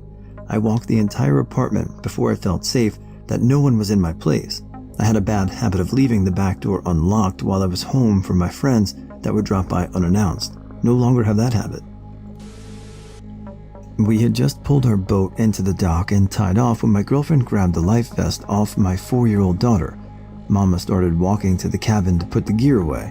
I turned my back to pull the keys out of the ignition and I hear this loud splash.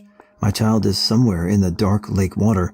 I dived in face first between the boat and the dock and bumped her with my arm. Her eyes, fucking cutting onions right now.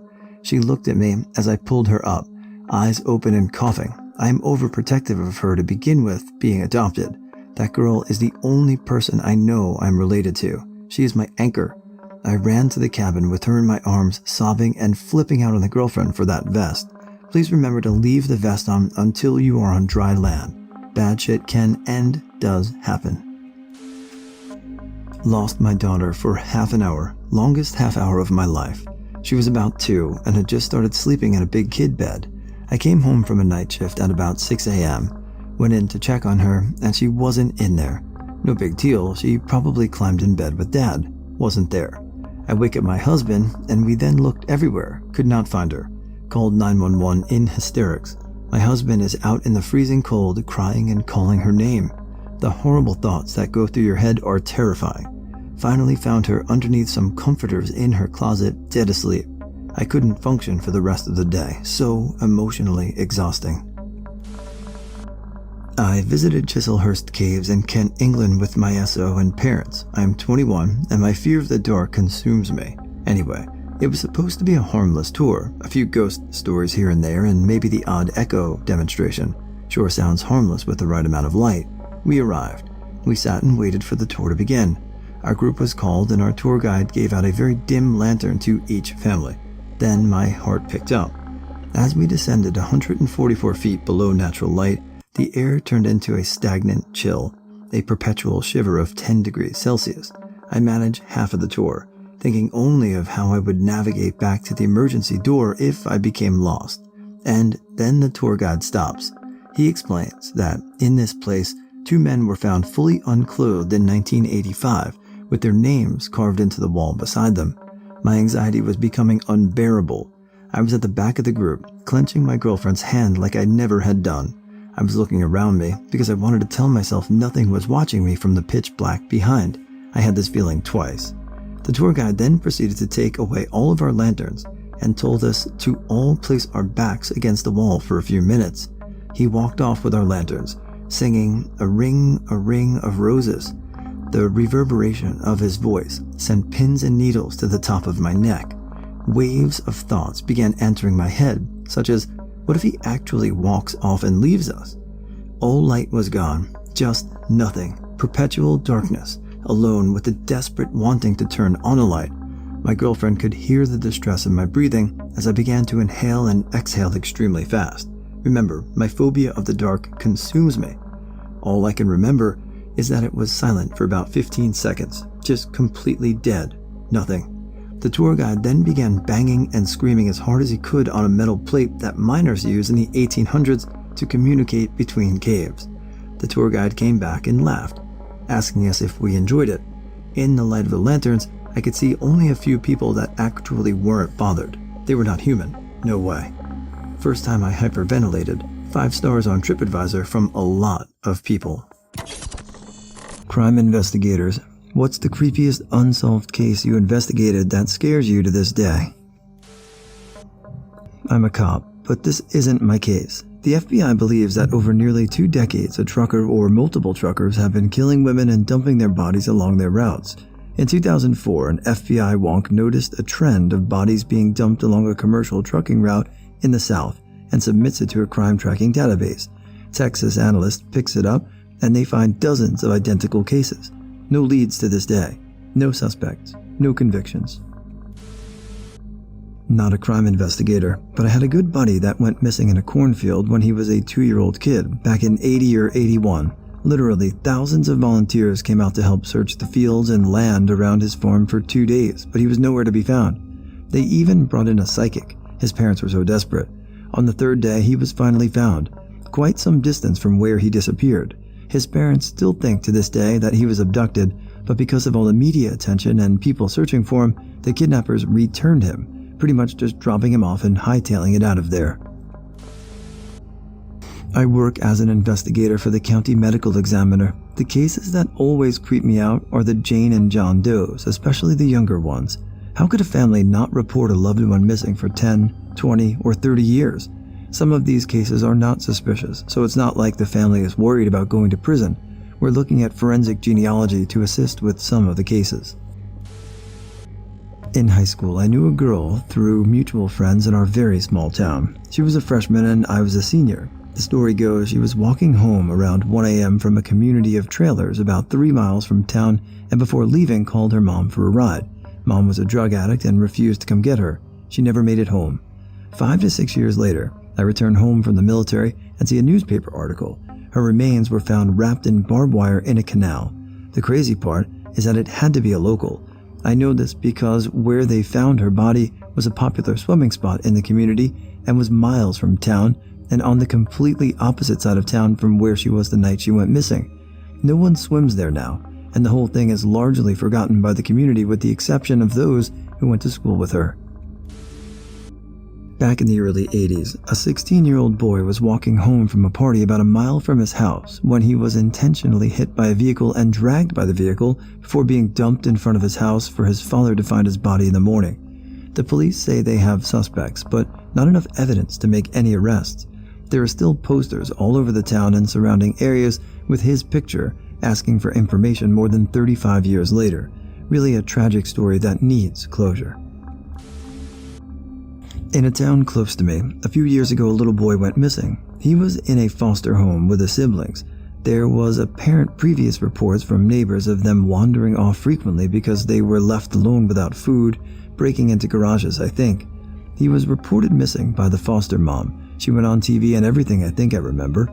There were so many search parties. We live in the desert, so there's a lot of open land. I stopped hearing things about it. Eventually I asked one of my buddies who works in that PD, and he told me they never got any real answers. They found remains years later that they believed to be his in a canal, but it had been so long not much was left. Also, they think wild animals had probably spread what was left of the remains around after all these years. Not an investigator. In League City, Texas, there used to be a dead-end road. The city grew like crazy in the process of clearing land. They found dozens of girls buried, still several unidentified. They stumbled onto the dumping ground for a serial killer. It's Calder Road, if you're familiar with that area. They did a documentary on it at some point. My sister went to prom with a guy who lived next door to this. One night, she's over at his house and a random girl comes running. No shows on screaming, banging on the door, saying some guy picked her up and was following her. Boy says the man was nowhere to be found. Prom date and brother get her to safety, then proceed to tell my sister all the weird ghost stories, because weird things like that always happened around here. They thought she was spooked by feelings of being watched or something, until a few years later when they started finding bodies again. The Molly Bish case. a 16-year-old girl was dropped off for work at the lake where she was a lifeguard by her mom. She was never seen alive again. This happened in the summer of 2000 in a small town in central Massachusetts, about 30 minutes from where I grew up. I remember seeing missing person signs all over local businesses when I was a kid looking for Molly. There's a man who comes into the bar I work at every day around 4 p.m. He's nice, has a group of other guys he socializes with. His wife comes in every Sunday with him for football season. Their daughter went missing a few years ago. They had a suspect who my older sister actually dated for a short period. When they couldn't definitively connect him to the case, they cut him loose. He's now serving time for a completely separate kidnapping or murder. He hasn't confessed to the first one, so the couple will never really know if they caught the guy.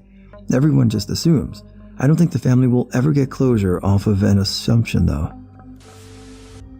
At my first apartment, someone was stringing up dogs in the trees behind houses with their throats cut and bled dry. Serial killer behavior, obviously just killing them to kill them.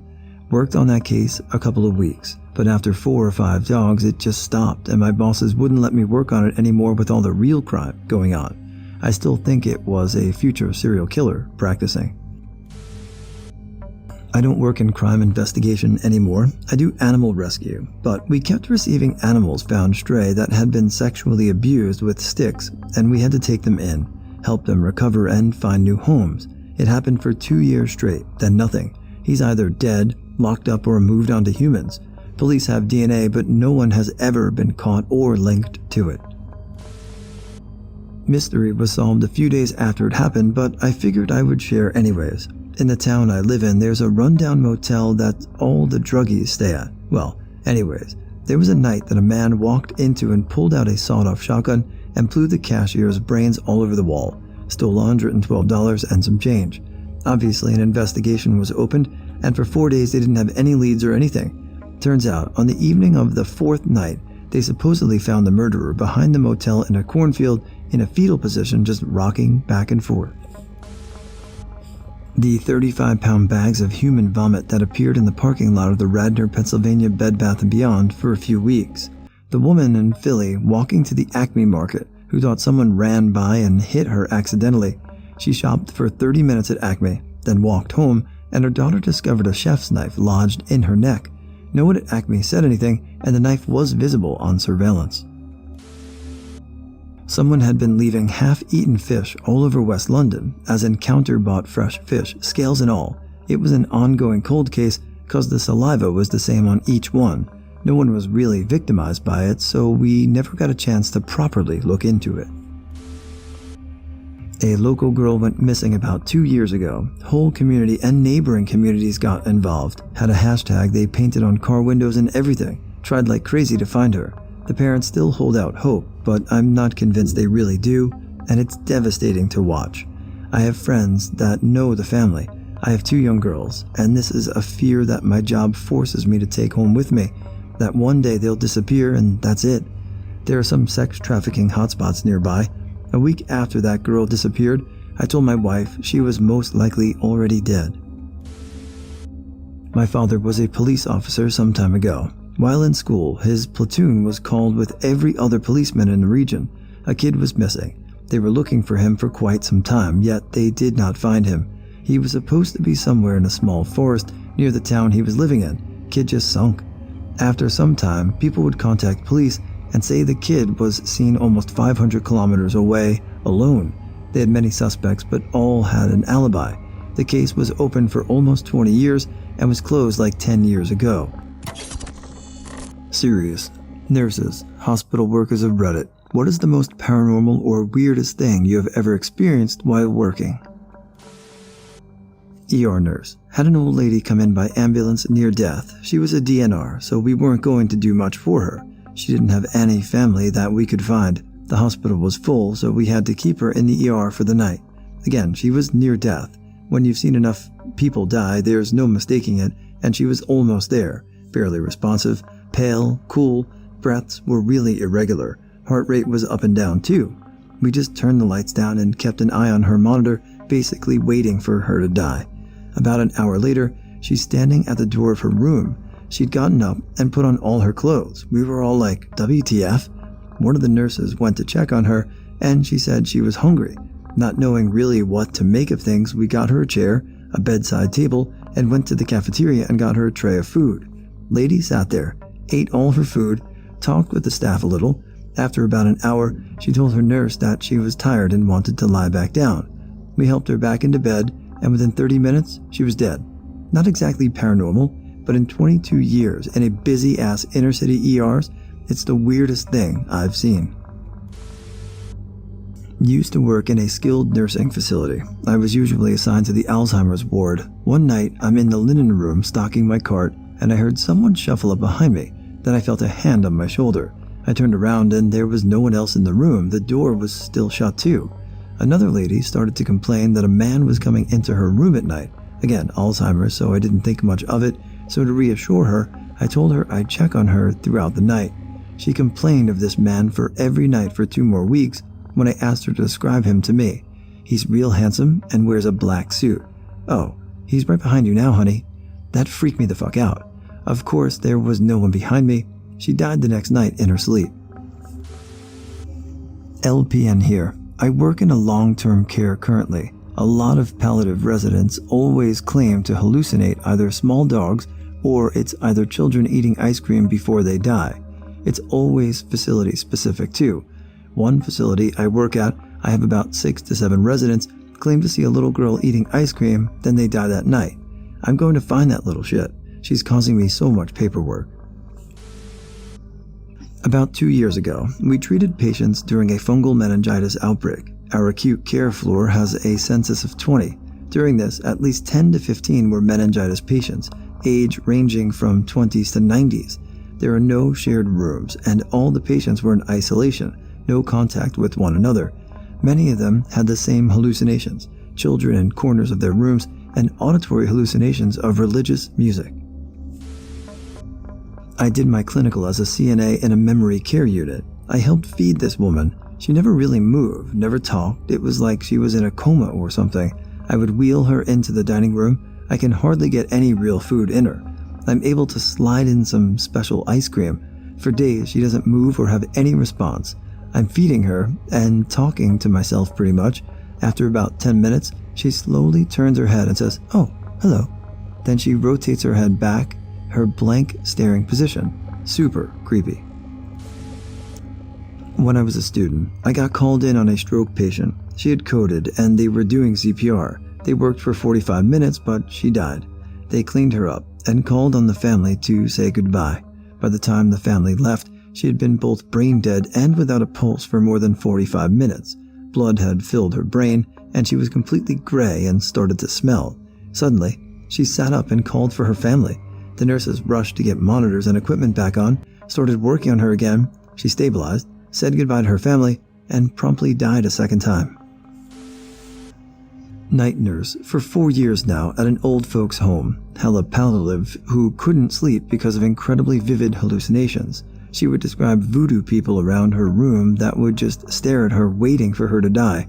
I didn't take it seriously until the lady across the hall, who rarely ever spoke, started seeing them in her room too. Legitimate shivers. Used to work in a personal care home. A couple of times, a day or so after a resident had passed, their call bell would go off in their room. No one was in the room when the call bell went off on any of the occasions. We had one resident die pretty traumatically. Nurses had to perform CPR because he was a full code. That night, the midnight staff said they saw him at the end of the hall, just walking down like he always did. Then, the alarm on the door to the outside, it was a secured unit for Alzheimer's dementia, went off. It was the door he always tried when he was looking to get out. I work in a cardiovascular surgical ICU. We have a lot of fucked up people, both physically and mentally, that come through our unit. We had a stretch of nights where each corner room of our unit, it's a perfect square, reported seeing a cat walking around. Not a friendly cat either, apparently. The thing was hissing at them. The accounts were so similar to each other, we actually spent probably half an hour looking around for a cat and then had security, plan ops, come look as well. No cat was ever seen or found. 2 of those 4 patients coded the next day. I work a stroke telemetry floor on the bot shift. Most of our patients are elderly. Apparently, There are two things that patients see before they pass away. Some will say that two men are walking in their rooms and telling them to get ready to leave. The patient will call and tell us that these men are big and abrasive in their demeanor. They are either terrified or annoyed when they see the two men. The other thing they will see is a little boy who will go into their rooms and try to wake them up. The boy is usually loud and runs around their rooms. The patients will call and ask who's letting children just run around late night. Several nights, or even that same shift, we're coding or cleaning the patient for the funeral home to pick up. My town has two really old hospitals. One no longer functions as overnight, and the stories are unsettling. No one cleans the old ER alone because all the lights and call bells go off. On other floors, there's a kid with his ball, a lady in a white dress, etc. A coworker was cleaning an entire floor utterly solo, the norm, and bounced between rooms because the cleaning solution stays wet for a few minutes. Upon returning to a freshly wiped bed, handprints were clearly visible. Patient had passed away during my shift. The patient was well known and liked on the ward. At handover that evening, I mentioned the patient had passed away. The door to the handover room, which I had closed, opened and shut just as I mentioned she had passed away. She was totally saying goodbye. Later that month on nights, we were chatting about said patient at the nurse's station. Weirdly, a card which was pinned on a notice board fell just as we started talking about her. Went to pick it up. It was a card from the patient's family saying thanks for caring for their parent. I thought it was quite nice. I work midnights in a long-term care facility as a nurse's assistant. I have two men under my care and both of them are unable to use their call lights. They have severe dementia and debilitating Parkinson's disease, but still their lights are looped around their bed rail. One night, their light came on and I went over to answer it, already confused and creeped out. I turned it off and left the room. Before I could get 2 doors up, the light came back on. I went in there and both lights were unplugged from the wall and thrown under their beds. I fished them out, plugged them back in, and left. I've seen shadows standing over the dying and felt a tap on my shoulder while doing chest compressions, so I knew that lady had passed. I'm not a believer, but some of those things can't be explained. I was pulling a guard shift in the CHS on FOB Speicher on night in Iraq. There hadn't been any action for the whole previous week, so the staff was all racked out. I was walking the halls and everything was supposed to be off or on standby. I walked past one room that they used for locals who were victims of trauma. The lights were on, so I toggled the switch down to turn them off. I started walking down the hall again, and I saw the lights come back on out of the corner of my eye. This is when I went into alert mode, safety off at low ready. I cleared the corner and looked into the room. Nothing. I put the switch back in the down position again and went to call it up on the ICOM. The radio was on the fritz, so I began walking back to the CQ desk to report it in person. The lights turned back on. At this point, I'm a little on edge. I can't radio in for help. There's nobody on this side of the compound that would hear me yell, and the light switch position keeps changing when the lights go back on. Keep in mind that I'm on a forward operating base in a combat zone. I don't know what I was expecting when I went to clear the corner and look into the room again, but I saw nothing but an empty room, a gurney, a heart monitor, and a crash cart. I couldn't tell you to this day why I said what I did, but I was worried that if I didn't, the lights would keep switching back on. I said, "If you're scared of the dark, I'll leave the light on for you." I finished my shift and left the light on. I left a note with the desk that one of the surgeons had asked me to always leave that light on in case they had an emergency come in. For the remainder of my shifts, that light had always remained on. I work as an EMT, and the one that I have that best fits the question is an elderly male who had fallen and hit his head a few hours before they called for an ambulance. The guy was fucked. All of the signs of a traumatic brain injury. All of his responses to our questions to this point were nonsensical. We were about 4 minutes from the hospital when we tried talking to him again, and he seemed to come as clear as day and open his eyes and stare at us to say, "I'm dead." My partner tries to say, "Oh, don't say that." And he stares more intensely at us to reiterate and say, "No, I mean it. I'm dead." He died an hour later. Worked at a hospital, doing transport for a couple of years. The transport home base was in the basement of the hospital, where all the laundry is done and supplies are also sorted there. I hated working late nights after this incident. On this particular night, I was the only one in the basement when I heard whistling at the end of the hallway by the elevator. I poked my head around the corner expecting to see my only coworker on duty that night, but there was absolutely no one there. I shrugged it off. I'm not easily spooked. Nights are slow. So I ate some snacks and hung out in the break room for a bit. Next thing I know, I hear a loud bang. I walked into the hallway, and a bed is rolling down the hall, bumping into the sides. At this point, I think that my coworker is bullshitting me. I radio him, and he says he's upstairs in the cafeteria. I still don't believe him and think I'll catch him in the act. I walk past the laundry room, and the machines start. Pop my head in there expecting to find him, but it's completely empty. Okay, starting to get a little nervous. I walk into the laundry room, and the machines completely stop. I freeze, then run out and head towards the elevator when I hear whistling again. At this point, I know I am the only worker in the basement. As I'm standing there waiting for the elevator, things start falling off of the shelves down the hall. Boxes of gloves, tissues, packages of tubes. I'm literally standing there watching them fall off one by one at the opposite end of the hallway. I shit you not. My entire body broke out in goosebumps. My hair stood on end, and I had this strong gut feeling I was being watched. I was not alone. As I'm getting into the elevator, I feel what feels like someone brushing my arm. Went upstairs and found my coworker in the cafeteria. Freaked out to him. I got the fuck out of there and transferred soon after that. The creepy thing to add to that is I usually whistle mindlessly to myself at work. It was almost as if the spirit was mimicking me. Creepiest feeling ever. I work in maintenance in a hospital, but this story comes from out of work hours. Back in November, my grandfather passed away. He had been living in a care home for several years now, and as we were from a smaller city, his main care aide was actually an ex's mother, who I'm still close to.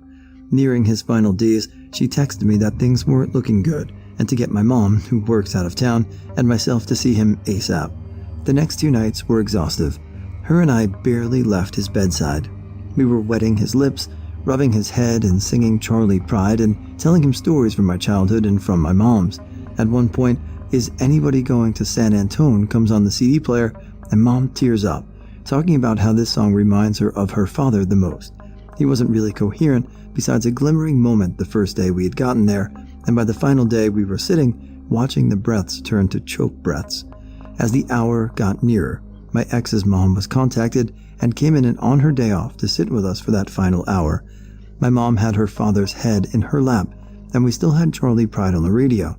She was whispering in his ear to stop being stubborn, that she would take care of her brothers, and that she had me to take care of her. The gaps got longer and longer in his breaths. My ex's mom was sitting next to me, the CD player playing behind us, and my mom laying on the opposite side of the care home bed. All of a sudden, his breathing stops, and in that moment, so did the CD player.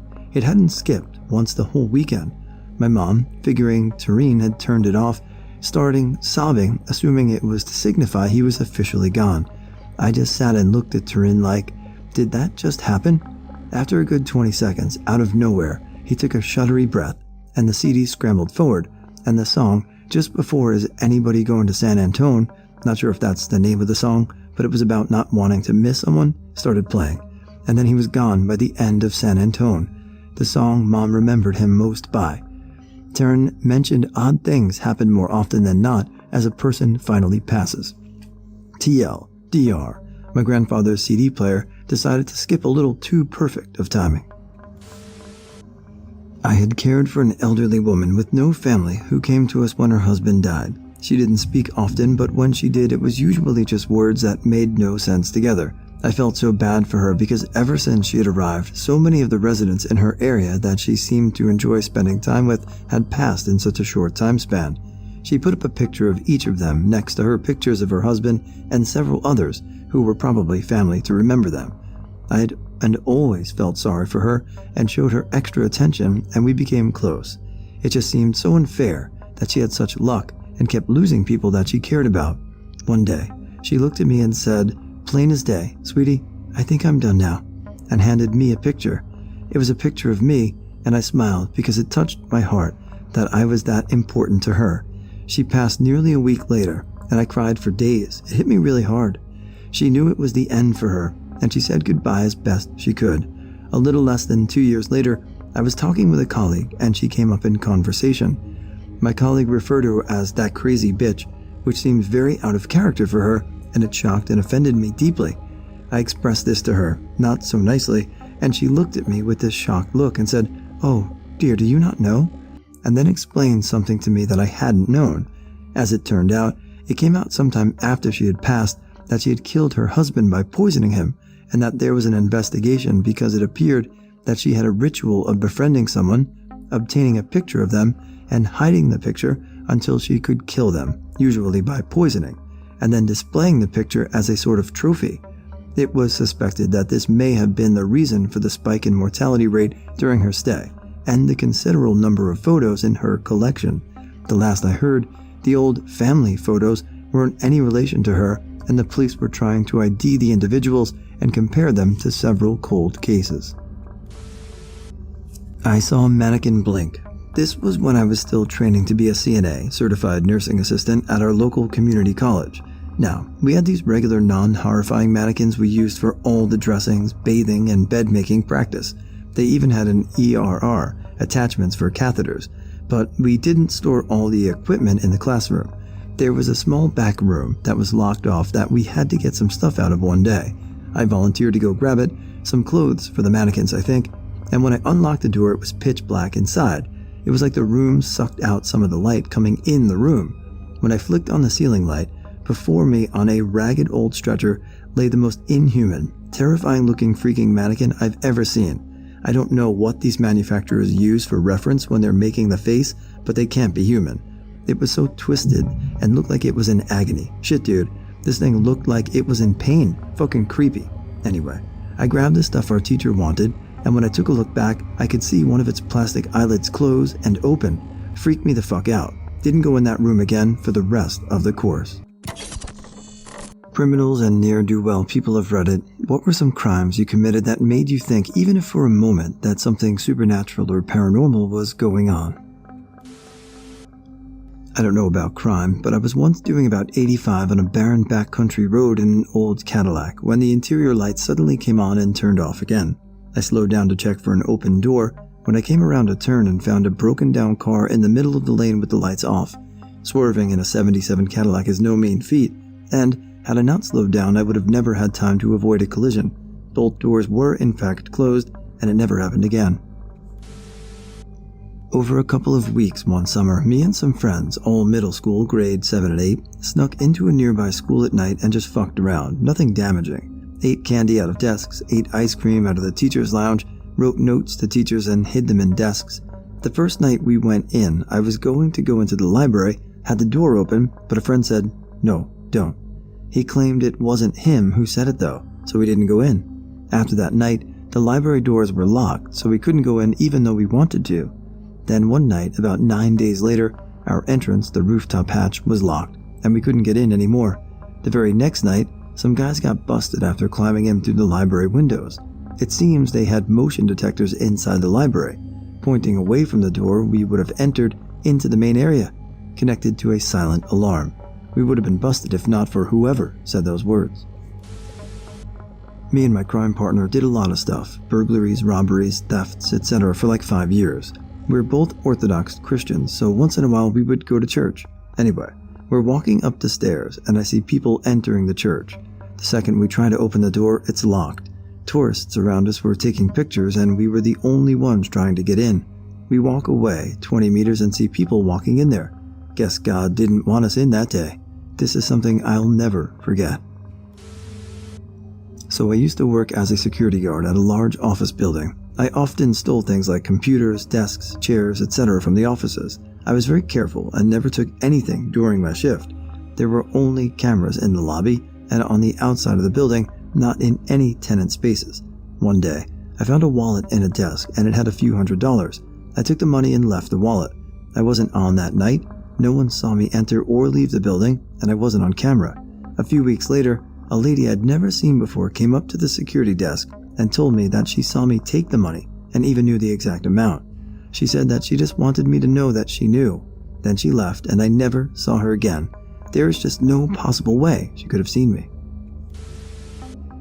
I am a pretty talented pickpocket, slight kleptomania.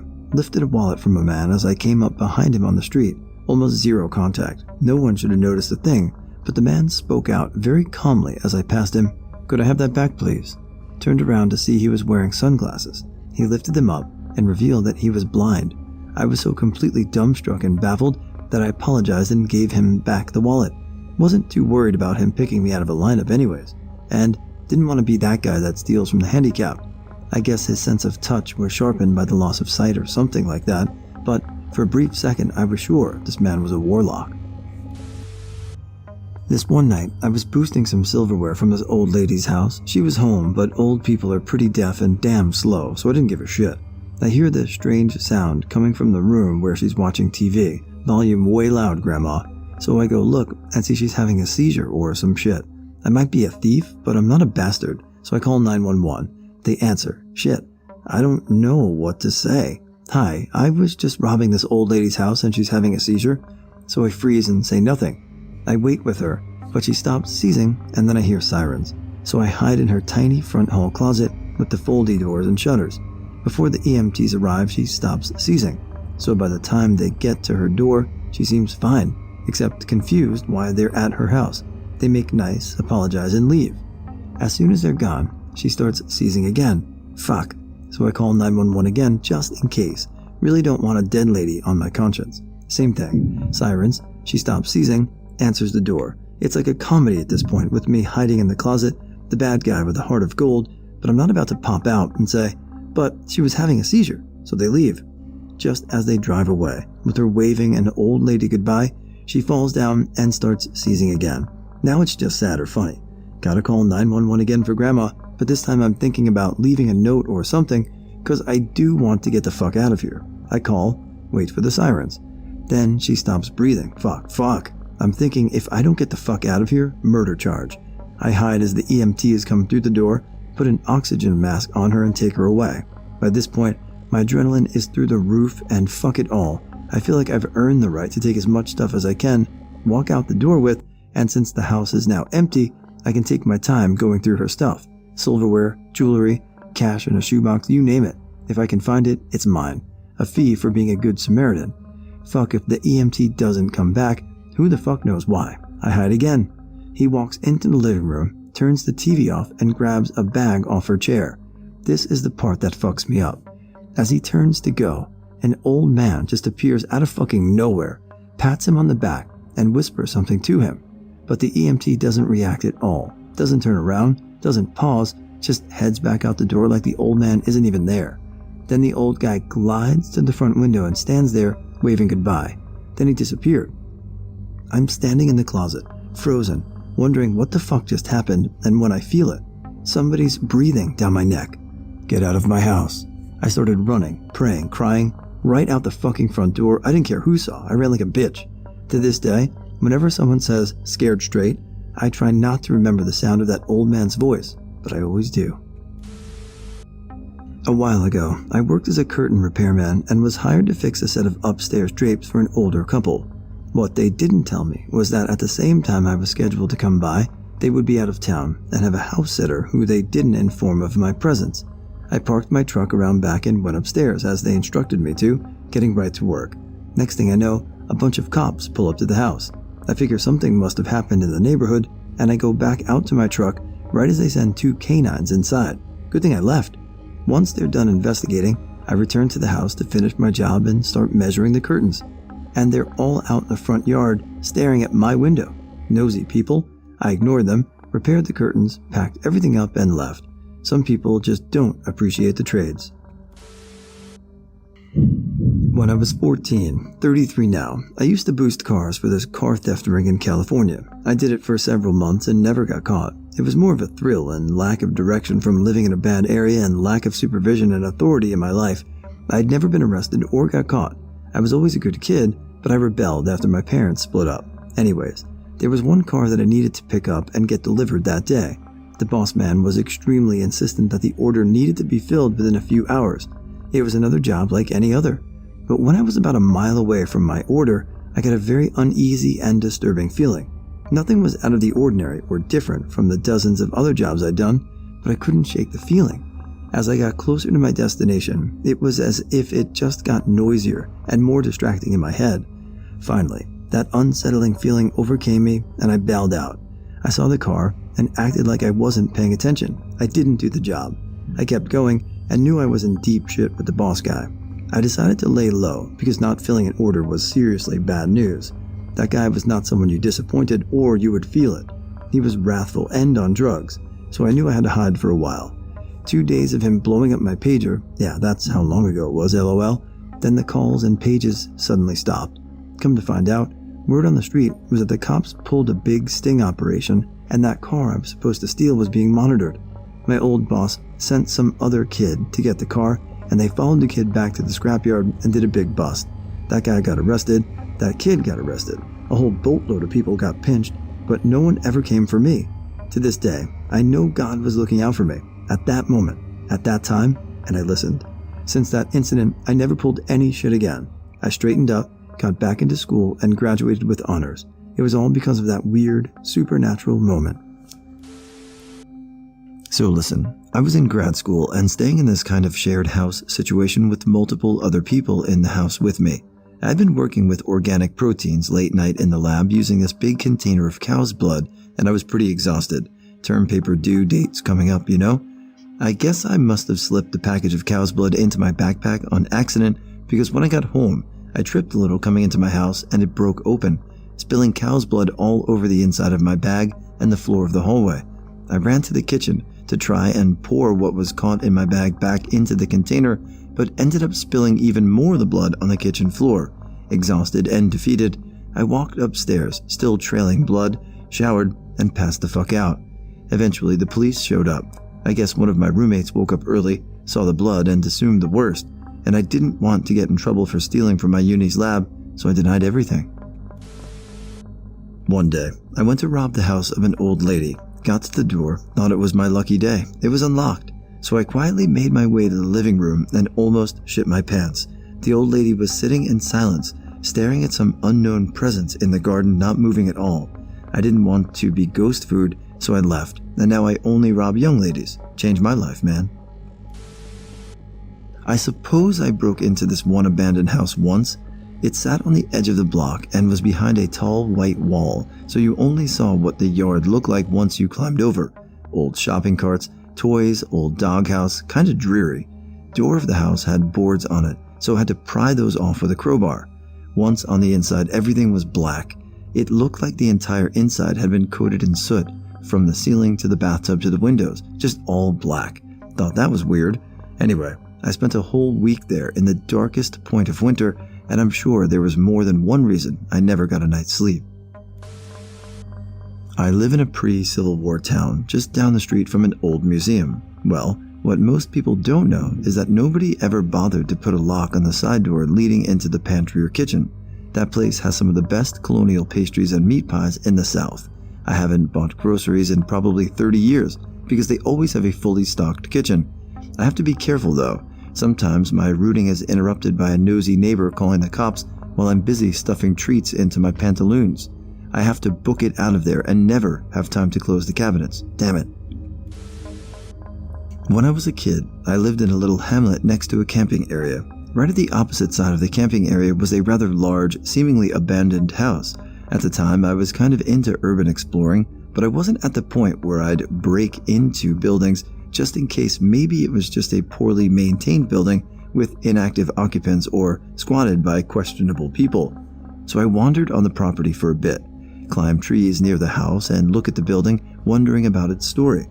I'm on the biggest tree on the property, against a wall overlooking the camping area, when one of the windows on the 3rd floor suddenly explodes. There was no warning. I hadn't seen any lights or movement in the house. I don't remember hearing an impact sound or anything, just straight up loud shatter noise and the window being completely gone.